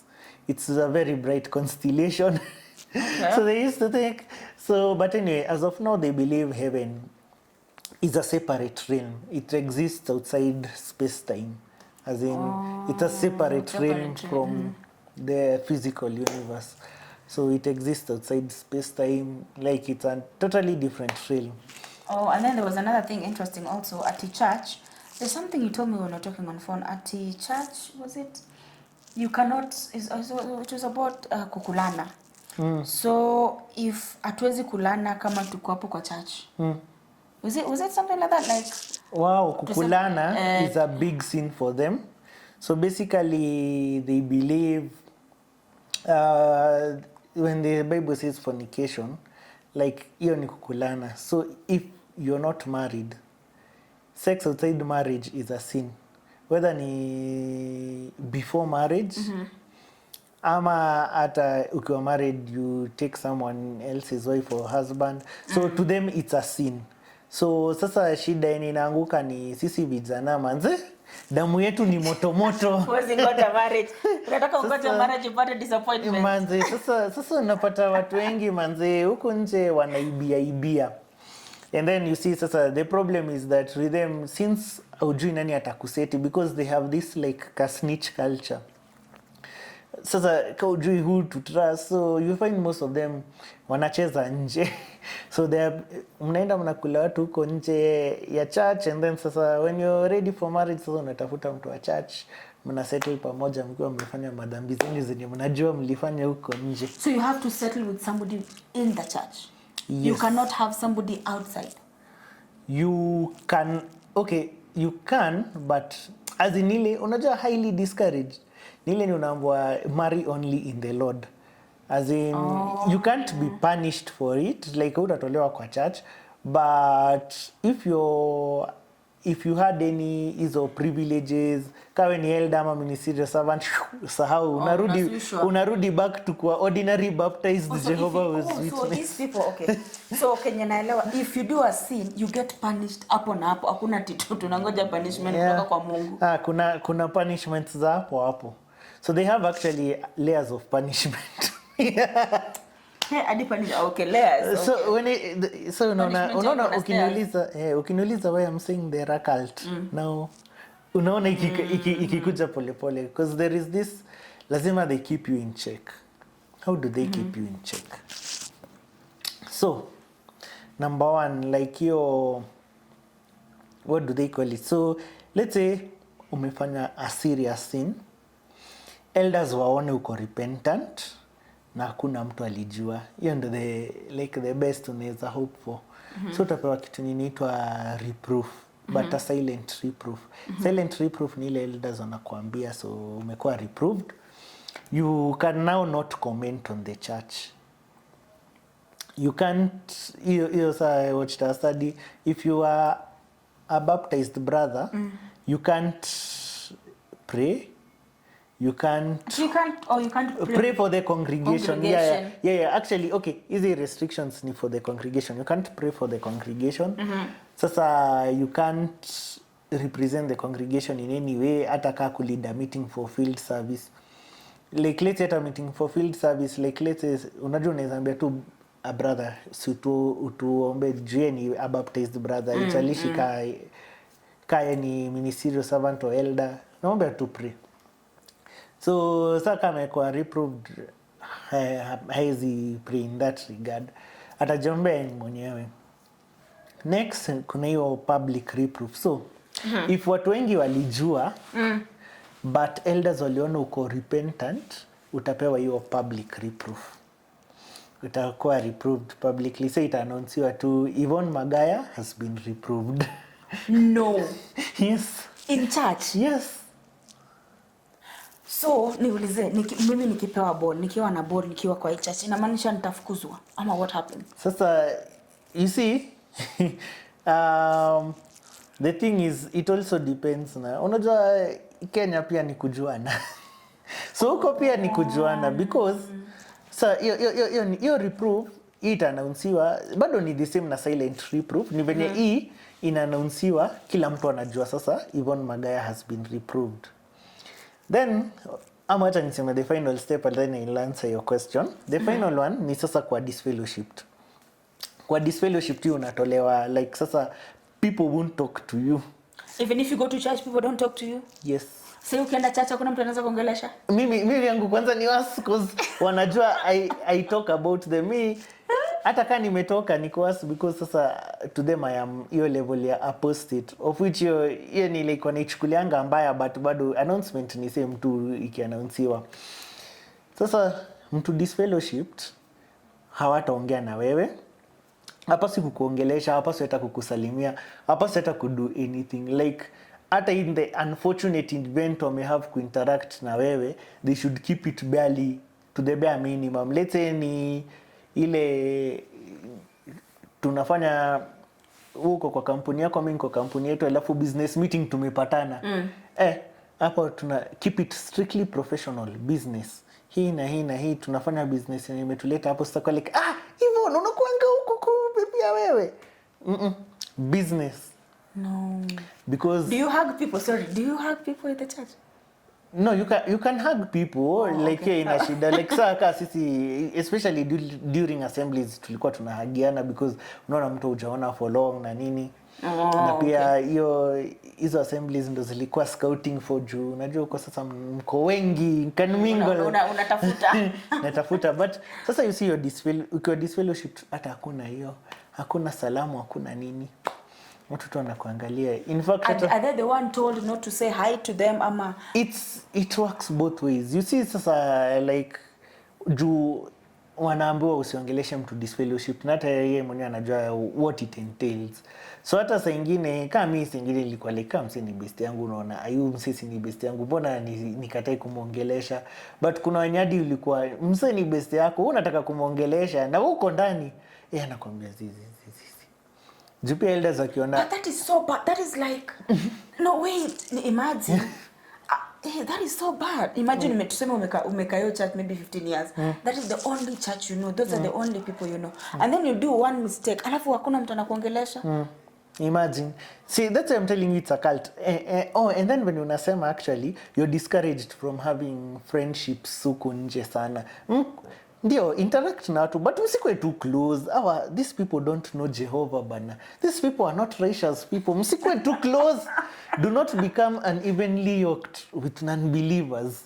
So msikwe close sana. So unapata msee by the like their whole nini collapses.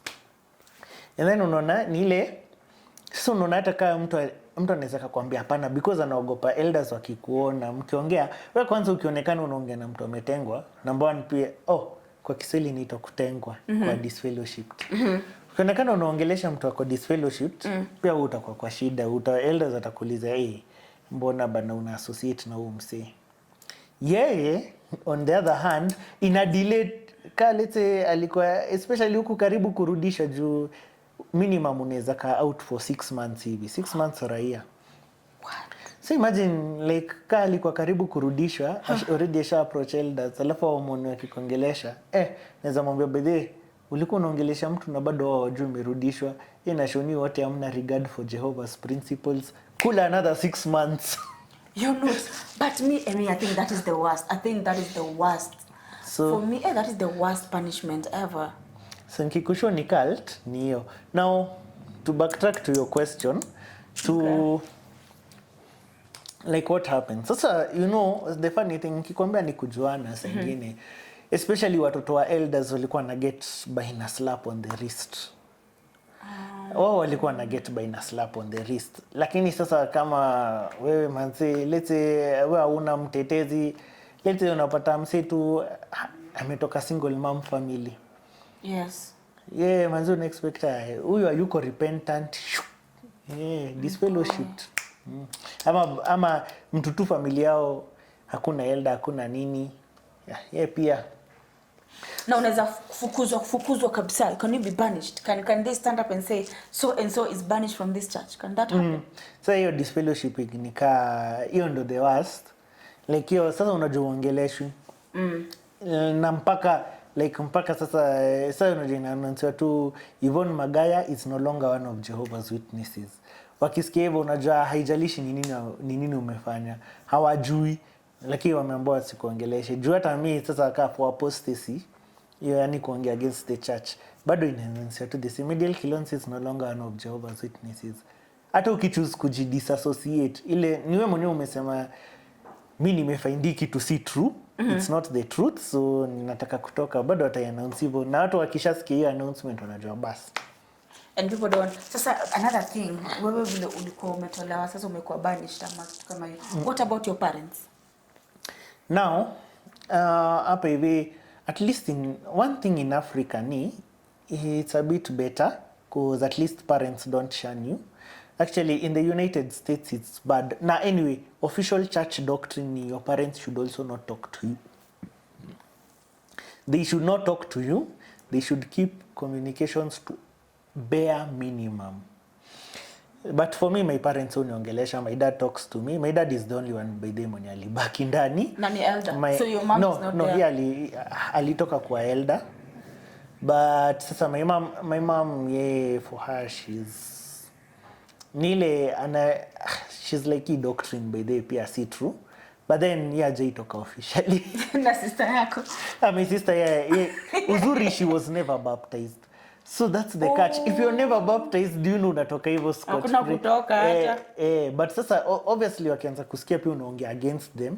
The minute unaongea against them, wanaanza kukutreat you kama apostate, because to them an apostate is like unajua hata heri you be disfellowshipped for kukulana, but you still believe. But an apostate wana believe you're following Satan. Remember even a leadership wasitry kutusikiza. You remember nikisema information control? Yeah, yes, it's a way of information control, because the minute unasikiza watu utasikiza utakuwa like enyewe msana make sense. And this is a funny thing, the reason why watu walianza kusema Jehovah's Witnesses and devil worshippers ni because some pastors walikuwa na realize Jehovah's Witnesses wakiongea na watu wao sasa unajua wanakujia na some facts yenye wanajua ni pastor hata hajui wa teach, so watu wanaenda na hao, so walianza kumekio room ndio watu wasisikize Jehovah's Witnesses. The same tactic ni ilitumiwa kwao, ndio sasa wao hutumia against wengine wenye wanaita apostate. So it's a really funny thing. So me I know of cases whereby like kwa congregation unajua like mtoto wa elder amekaa na mimba as in mimba inaanza kuonekana, sio ndo anaenda kusema. And you know in the Jehovah's Witness world wanasema to show repentance paka useme as soon as possible. And you see our elders watakuuliza maswali zingine like ati ku gauge repentance, maswali mbaya by the way. Kama nini sasa hebu tuambie Kilonzi. Tunataka kujua. Nakuuliza maswali. Anakuuliza so how did it start? Where did he touch you? Were you drunk? Did he put on some protection? Sasa unashangaa vitu zingine hata zinasaidiaje? Ati kali put on protection. So especially for guys, kali put on protection basi ulitoa wapi? Ilikuwa premeditated. So labda uko hivyo repentant. As in anakuuliza did you reach cloud 9? Did I reach cloud 9? Ulifika? Yani ulienjoy sana. Of which some questions are irrelevant. Naweza kuwa nilienjoy kitu sana lakini later nikarealize by this singepaswa kuenjoy. Hata labda nilipremeditate. Later nikadiscover. So kama wewe unasikia mtoto wa Hilda anaficha mimba, inakuja kuonekana ikiwa kubwa. Since ni mimba ni inaonekana sawa, anapewa reproof. Lakini mtoto mwenye hana mtetezi ameonja once na natupwa nje. But I think that is discrimination. Alafu there's something I had kabla tuendelee. There's something I heard about ilikuwa kitambo nilikuwa na watch YouTube, they were saying at Jehova Witness and child molestation and something of that sort. How true is this in churches, or how true is this thing happening? So the Jehovah's Witness Church, in as much as hawataki kusema, but they have a very big problem with child sex abuse. And you see, the thing is, by the say hadi leadership in a try, you see, that's why leadership in a try kusema that apostates are lying. News media, kwanza news media unajua wanasema News media is everything lying.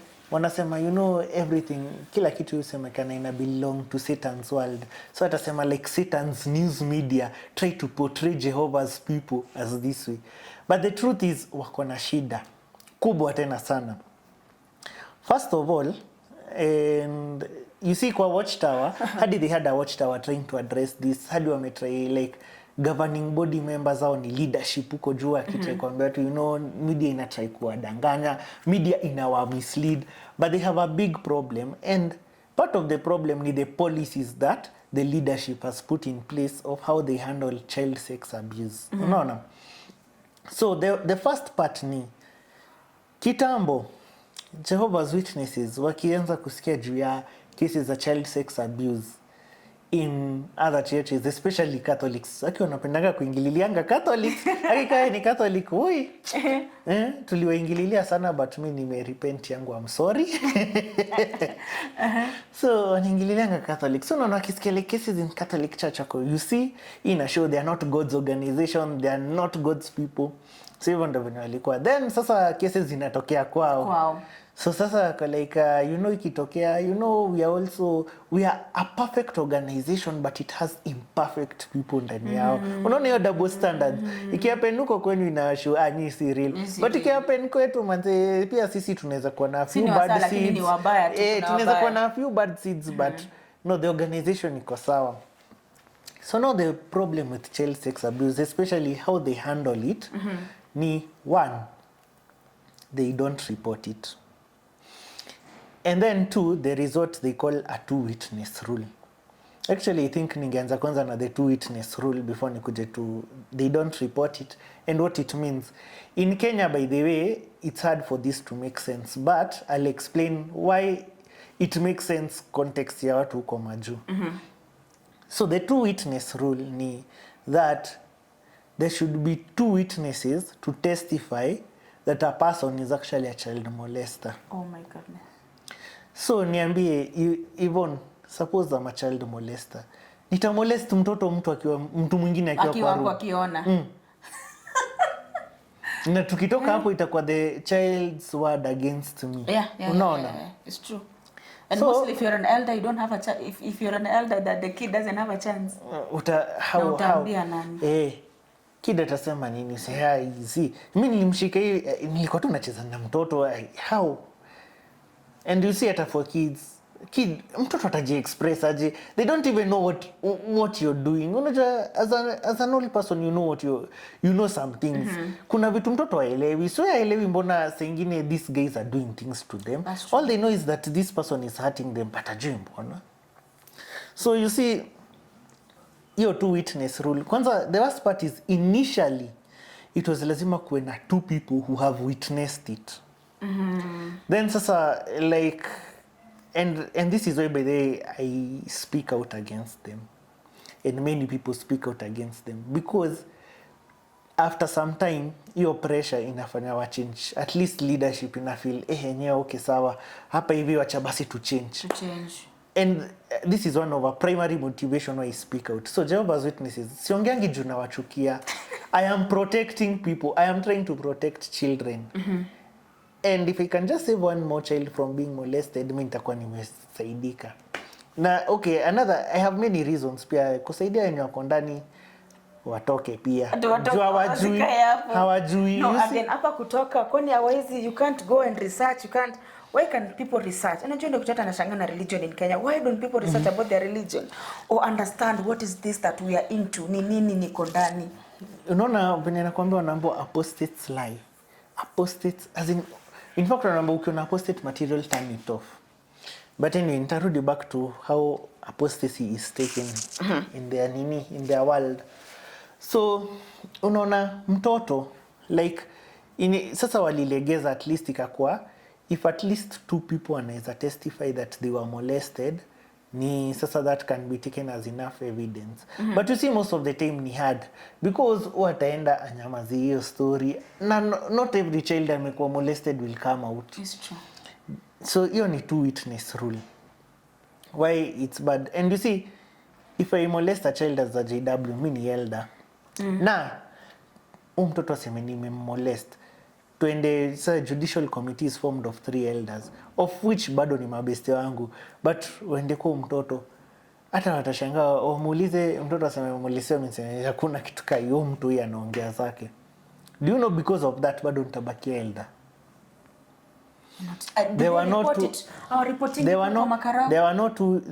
not two witnesses bado nitabaki elder. Now to the second problem you are reporting. In developed nations, whenever there is a child molester, you're supposed to report them to the authorities. Let the authorities do their job and verify. Reason is this. It has been shown child sex offenders strike over and over again. As in, they don't strike once. Nika serial killers. Hata strike once. As in, once mtu amemolest mtoto, you can be certainly sure, yani you can put money on the table.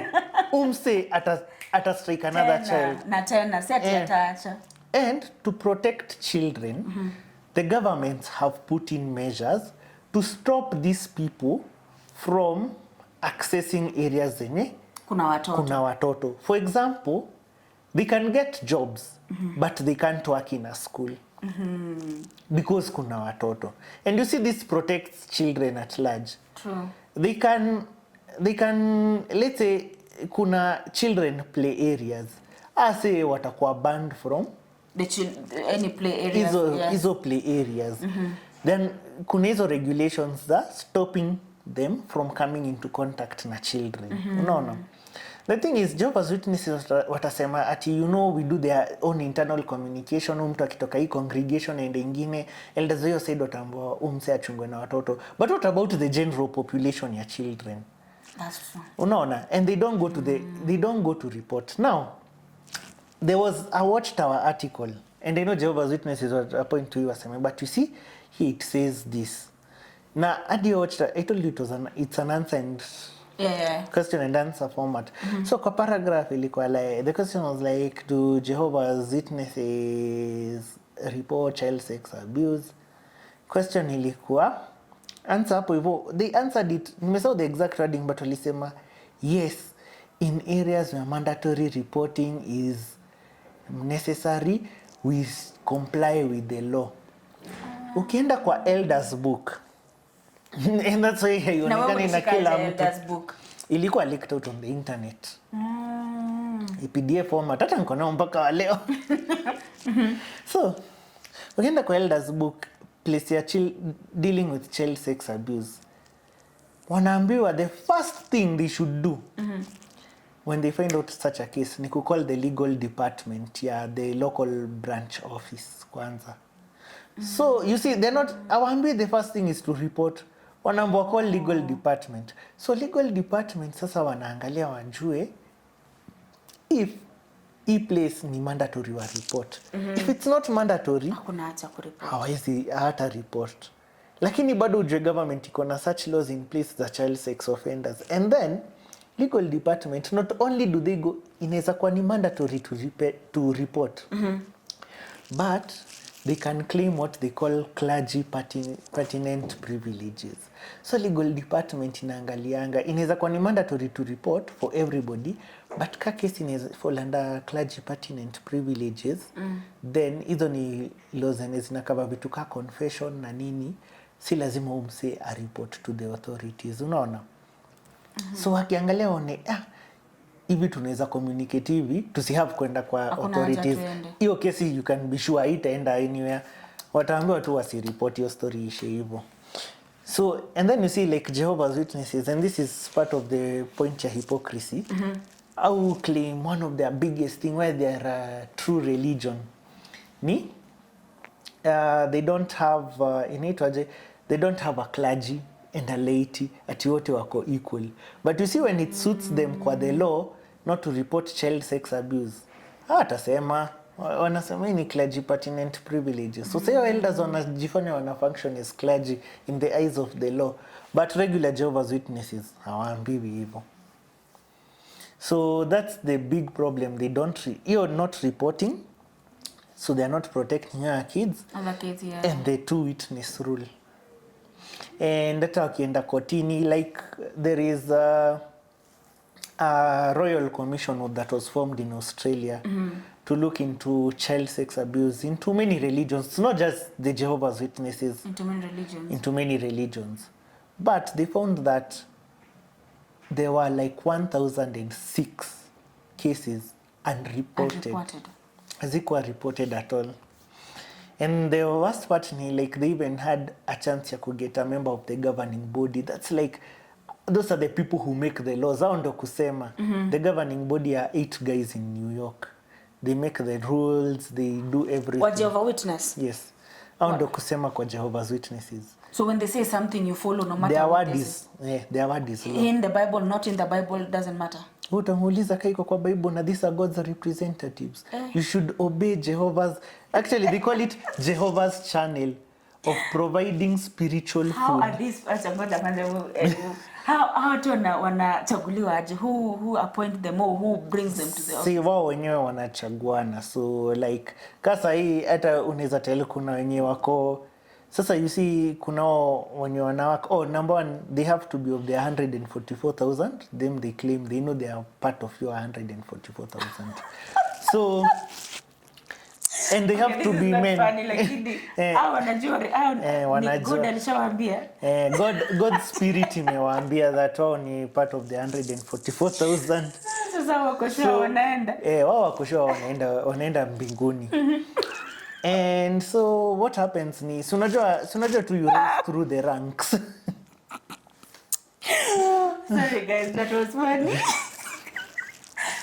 Okay, continue. Unajua tu you rise through the ranks. Yes. So wao wanajua that you see ukiendelea hivyo na wewe ni member wa 144,000. So obviously the more unaendelea kuonyesha unawafuata na nini. So unajua nika tu organization when una getting promotion. Saa ingine lazima you kiss your boss's ass, you take on some task, unajionyesha venyewe ni nini. So ni basically to the same. Sasa kuna wenye hata unaweza tell like kuna wenye sisi wenye tukonje tunaweza tell jamaa in some few years vacancy ikipatikana anaingia.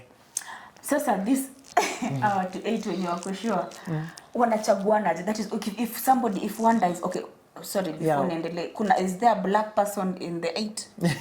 There is only one black person. No, wengine wote ni white people. Hakuna muhindi, hakuna nini. Mtu akikufa, like how do you now claim the position? You unasema wanachaguana. So how tu ndo wataambia now this one come here. Sasa ndo. So watajua Jesus in between themselves I think wata claim wamekuwa na a prayerful meeting to discuss who should now join the governing body, wa consult scriptures, wa pray and then wa appoint sasa mwenye wanafeel Atakuwa. but obviously unaweza tell juu hata kami kwa ministerial servant si bado ni the same process ni venye ina happen huku chini. That elders watakaa waone ni brother mgani anakaa so na anatry kufanya mambo so wa kurecommend we appointed so ni I guess ni the same process. Lazima kuna hiyo pia ka element ya kujuana kuwa kiss us lazima okay another we were on the belief that they believe in let me look, is there something else? Do they believe in miracles? Do they perform miracles? And do they do speaking in tongues?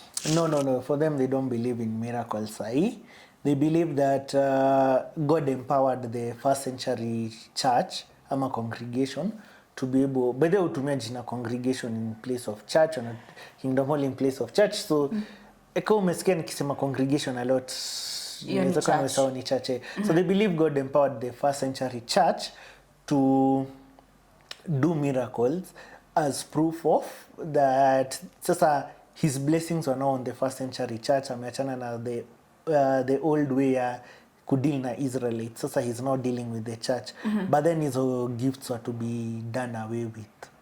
And then sasa they were to be done away with. So sasa hakuna gifts ka hizo anymore. They don't speak in tongues. They don't. No. They don't speak in tongues. They don't perform miracles. Yeah, they don't perform miracles.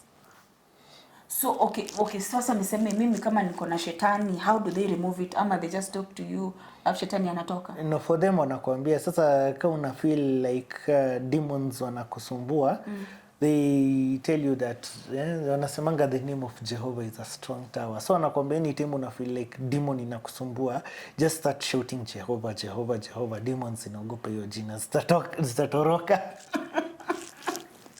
So and they even have experiences, experiences. Sasa what other people call testimonies or need experiences. They need to keep reminding. They do testimonies like God did this to me. God. I need to keep reminding myself. Juu sasa tunaona, that's why I tell you there are cult cause wakona ni vitu zenye unajua but then they have special terms for them. Sasa zita experiences either itaandikwa kwa watchtower ama kuna during those assemblies. Sasa kuna hizo special time when you itaitwa like let's say you went through something. For example, employer yako alikukataza uende assembly, ukachoose uende and then akakufuta, then shortly after ukaget a better job. Hiyo itakuwa kwa experience. And then there was something you said but you didn't get into it. Watch time like vile wanakuja wanagongea msee kwa mlango. So you said they record the hours, yeah? They record the hours. The hours. Hizi hours zinapelekwa wapi and is there a gift you're given, mwenye akona hours mingi kwa church, like what happens to these hours? So these hours basically hakuna gift given, but inatumika pia to judge your spirituality. How spiritual are you? Because I mean even how can a whole month go na una hata hour moja ya kureport? Surely. Yani from the God. Jehova has given you all those hours. Hata moja tu ya kumrudishia ungemrudishia. So it's used to measure your spirituality. You see, the more hours you do, then the more spiritual you are, because in a show, especially when on your circumstances. Kasi sasa mimi when I was appointed hiyo time nilikuwa niko job, but na try naenda preaching nini. So naona ni kijana bado anajaribu. So so after recording zinaenda wapi? Like I have recorded my hours. Yeah, you're right. Unapatia your elder mwenye atazi hand into kwa elder. Sasa kuna elder mwenye akona role ya secretary. So the secretary ndio you compile the reports and then sasa anazi key in kwa system yao. They have their own system on actually I think sijika bado iko hapo, but ukienda to their site jw.org kuna place ya kulogin. If you're not keen you won't see it. Utaona tu hizo picha zikipita wakiandika who is God nini. But then kulikuwa na hiyo place ya kulogin whereby sasa the elder would log in there and then ataenda the hours hapo ndani na majina na sasa haiki jina hizi ni compiled totals sasa. Sasa tuseme total ya hapa ya congregation hii congregation this month we did 186 hours. Sasa nini, but kila congregation wako na, for baptized Jehovah's Witnesses wako na Kenya wanaita publishers card. Actually any baptized Jehovah's Witness anaitangwa publisher because you're supposed to publish the word. So wako na publishers card, so your hours pia zinakuwa recorded hapo. Sasa hii ni month by month, so sasa anaweza toa publishers card yako ni bedhi hours zako zimekuwa. My sister, your hours zinaenda chini bana, nini ina happen? So that's why they have to go and knock on people. That is what people don't know. Yes, they have to go and knock on people's door because they have to record hours and their hours have to always go up. Yes, they have to go up or keep consistent. Zikianza kwenda chini, elders wanakuja shepherding wawili wakikuuliza, so my sister, kwanza wanaanzanga na pongezi that tumekuwa at least tunakuja meetings, lakini tunaona hours zako zinaenda chini. I don't know, is there kuna kitu inakusumbua?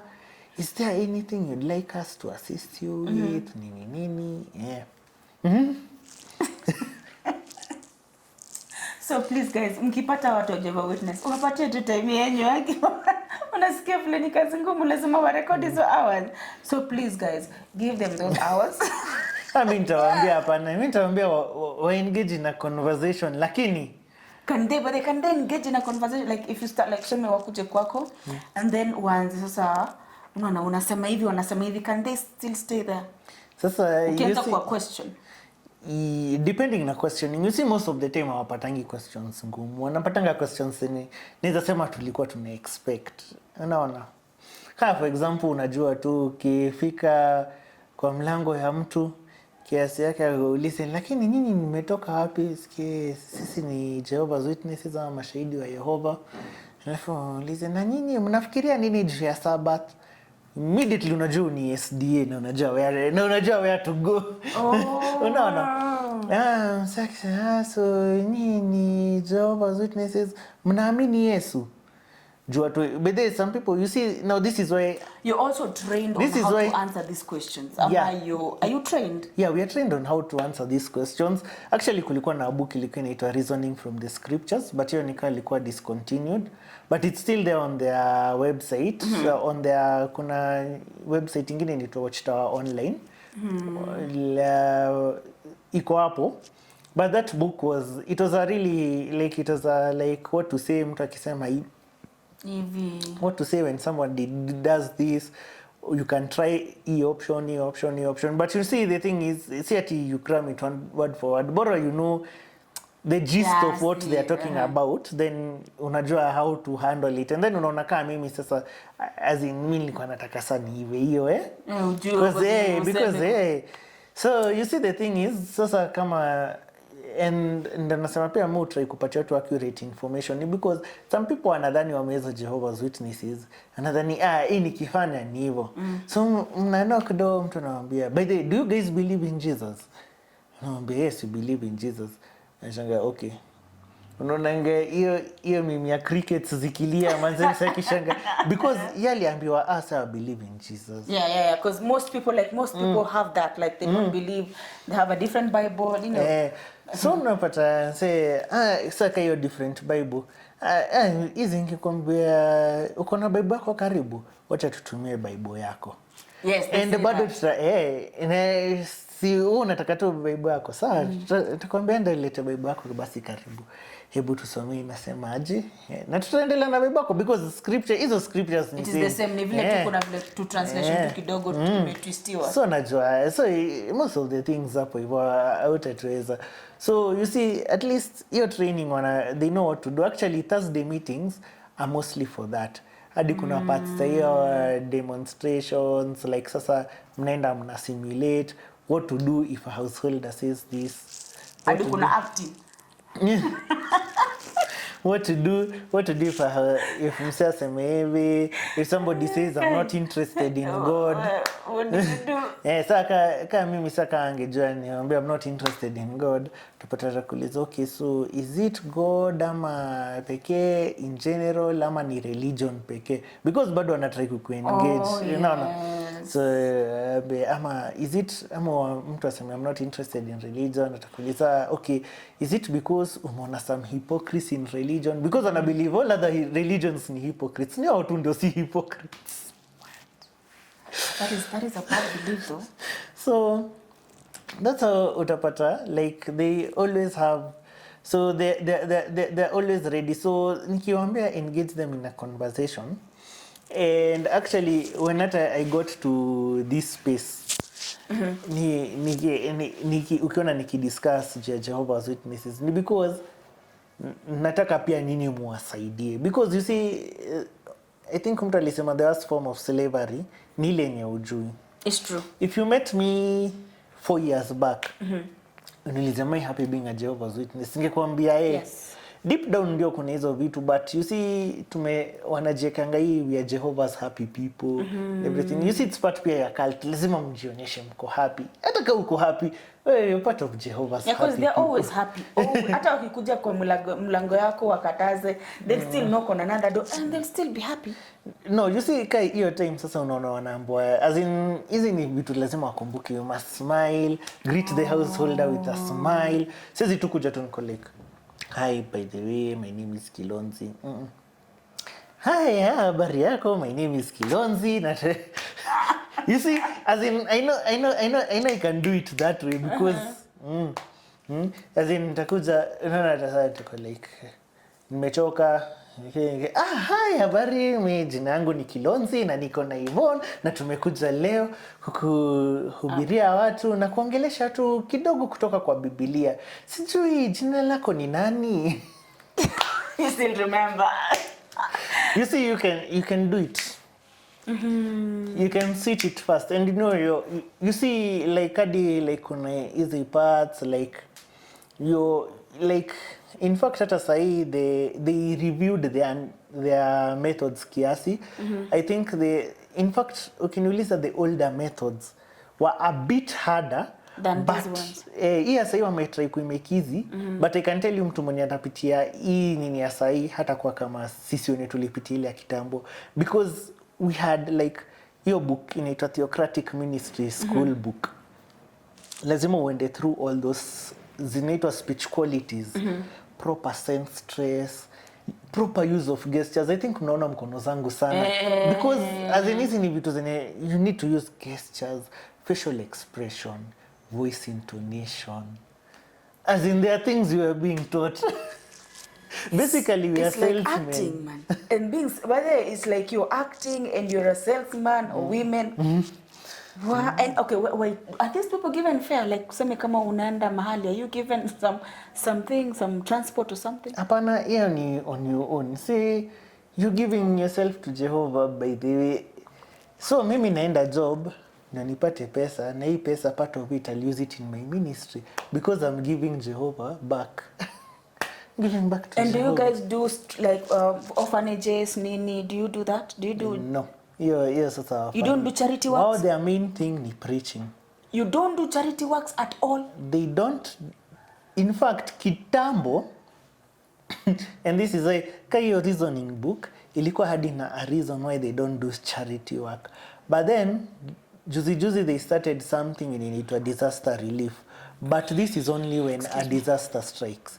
Hurricane, earthquakes, yani, you know, those major disasters. Sasa sayo like those major disasters take place, that's when sasa witnesses wanaambia okay, by the hii major disaster may take place.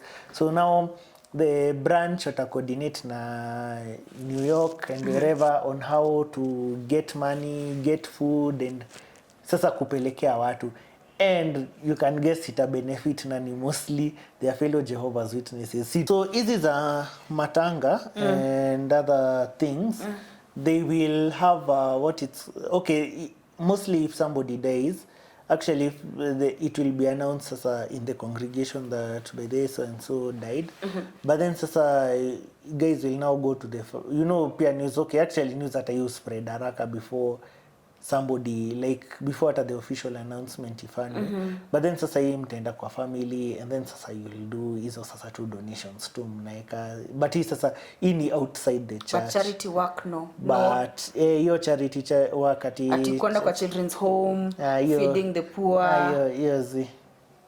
And you see the funny thing, kwani wako masonko aje Jehova Witness? No, certainly masonko. Kwani people okay. But you see sasa hiyo ya ati hata if somebody needs help most of the time tu wata discuss hapo kati yao. And you see sisemi kwa church if somebody needs help that is not from the church. No, yo sasa we manze we you see, if you're not Jehovah's Witness, you're a worldly person. So wait. Ni wengine by the way hapo hivyo ni jipangeni. Anyway, wait, I have to be in the church to receive any kind or any form of anything. And actually in what they call good standing, which simply means unafuata sheria zao. Sasa unless you severe case like death, like I know this example of someone. So this guy, their family are all Jehovah's Witnesses. Ama tuseme back then, they were all Jehovah's Witnesses, baptized Jehovah's Witnesses. So this guy got actually really sick. Na he got a disease inaitwa acute myeloid leukemia. Leukemia is like a really bad disease. So leukemia, okay, musema leukemia ni kama tu cancer. It's actually a cancer, but you see the thing is near where like blood cells inaproduciwa. So as in it means your red blood cells, white blood cells, you're not producing enough when it starts. So this guy was sick, as in seriously sick, because it's leukemia. And then Jehovah's Witnesses don't take blood transfusions, which would have helped prolonged his life. Bado, as in, it's a bad disease. Bado tu angeenda, but blood transfusion at least ingemhelp her live longer. But this guy, he wasn't baptized himself. But kumbuka his family are all Jehovah's Witnesses. Hayuko baptized, but he comes for the church service ama meetings. He comes for the meetings, he comes for the church service. As in, anakuja, ataongea na watu. But then the guy got sick. Elders unadhani walijali kuiannounce. Just because the guy wasn't baptized. Oh my goodness. They didn't announce it. As in, hadi familia yao inatry sasa kuseek help because he had to go for some treatment in India. Unajua mwezi ya 3 mtu wenu aende hivyo. So anatafuta ways za kuget treatment, but elders hawaja announce. Sasa inabidi wao wenyewe ndio waongeleshe mtu. Wa kuongeleshe as in, which is harder than when an elder one, because people you see watu wengi hata wajui mseni msik. You see, exactly. It's easy for me to come and you see ingeannouncewa tu so and so is sick, because there was another case ya cancer before, but this person was baptized na ni ule mtu mwenye anajulikana. We were told alikuwa sick, alikuwa de anakuwa mentioned kwa prayers kwa church, unaona, though pia cancer yake ili progress. But you see hiyo walitry. Hii ingine announcement hata moja just because hayuko baptized. So they only announced when he passed. Na hiyo ni like sasa wakati amepass ndio sasa ile announce by the so and so has died, you can go comfort the family. Uko like hata wakati they needed money ya kusaidia, because you see his treatment ilikuwa different, because sasa pia yeye haku accept blood because alikuwa anajua blood ni wrong. And you see, this is a person ha accept blood, he's not baptized but he still believes in the doctrine. So that was a dark episode. Yes guys, oh my goodness, unajua tutakapa tuongee.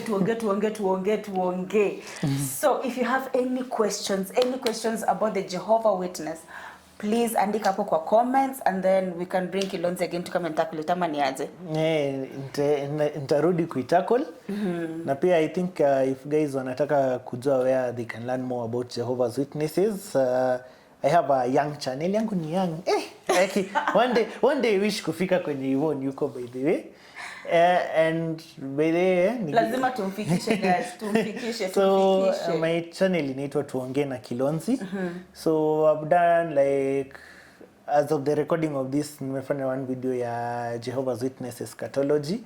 Yeah, at least it's kind of good quality video. Ingine I did one on how I came out, but ilikuwa bado tunaanza. Oh, but we are still hatujamaliza. Bado tunaanza. Bado as in bado tunaanza. So I welcome guys. Na actually usually do a link to my email hapo hivyo chini to anybody who wants to talk to me.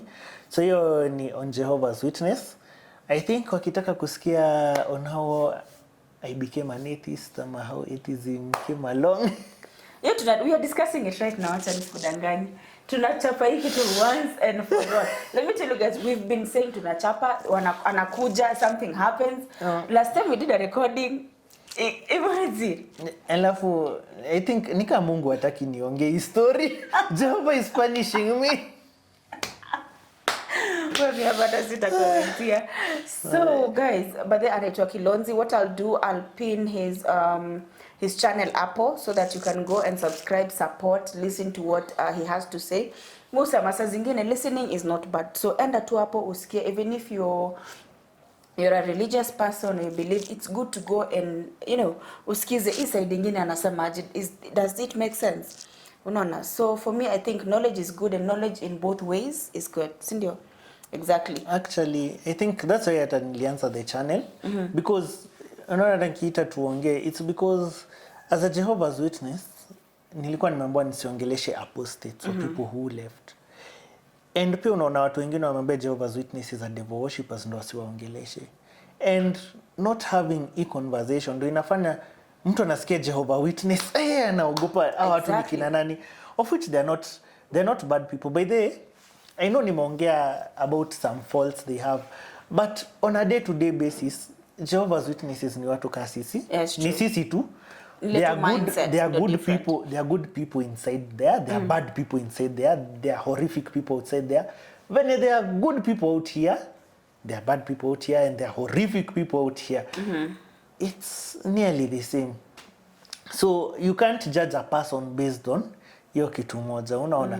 Ni venye tu that some of it wamekuwa brainwashed to be that way, of which ukitoa hiyo, they're really nice people. Some of them are good people, as in honestly, some of them bila brainwashing are very nice people. Guys, what do you think? But ama tufanyie next episode, tufanye another time?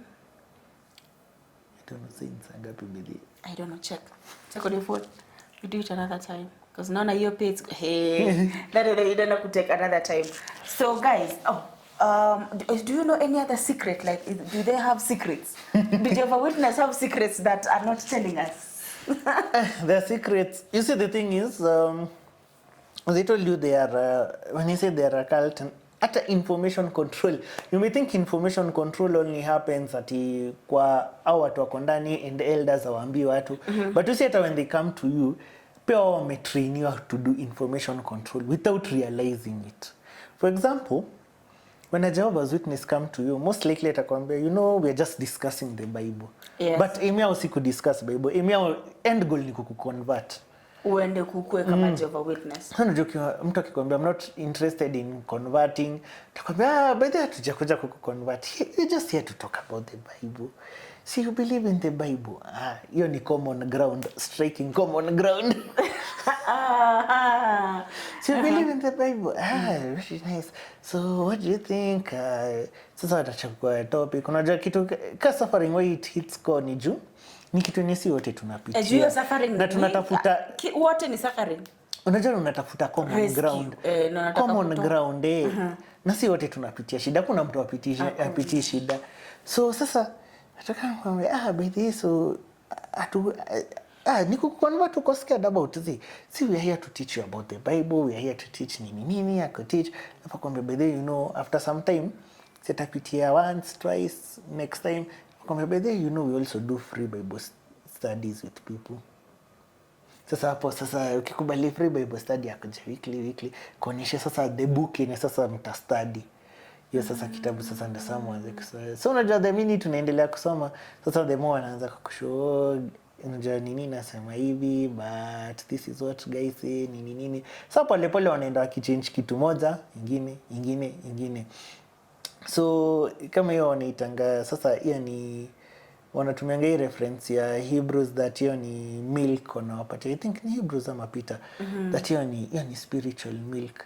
That you're not ready for solid food. Yeah. Solid food sasa ni hiyo doctrine. Unaona hiyo nini inaingia ndani sasa kama vitu sasa kama kuambiwa blood transfusion nini. Ama when you wanna believe they're the one and only true religion.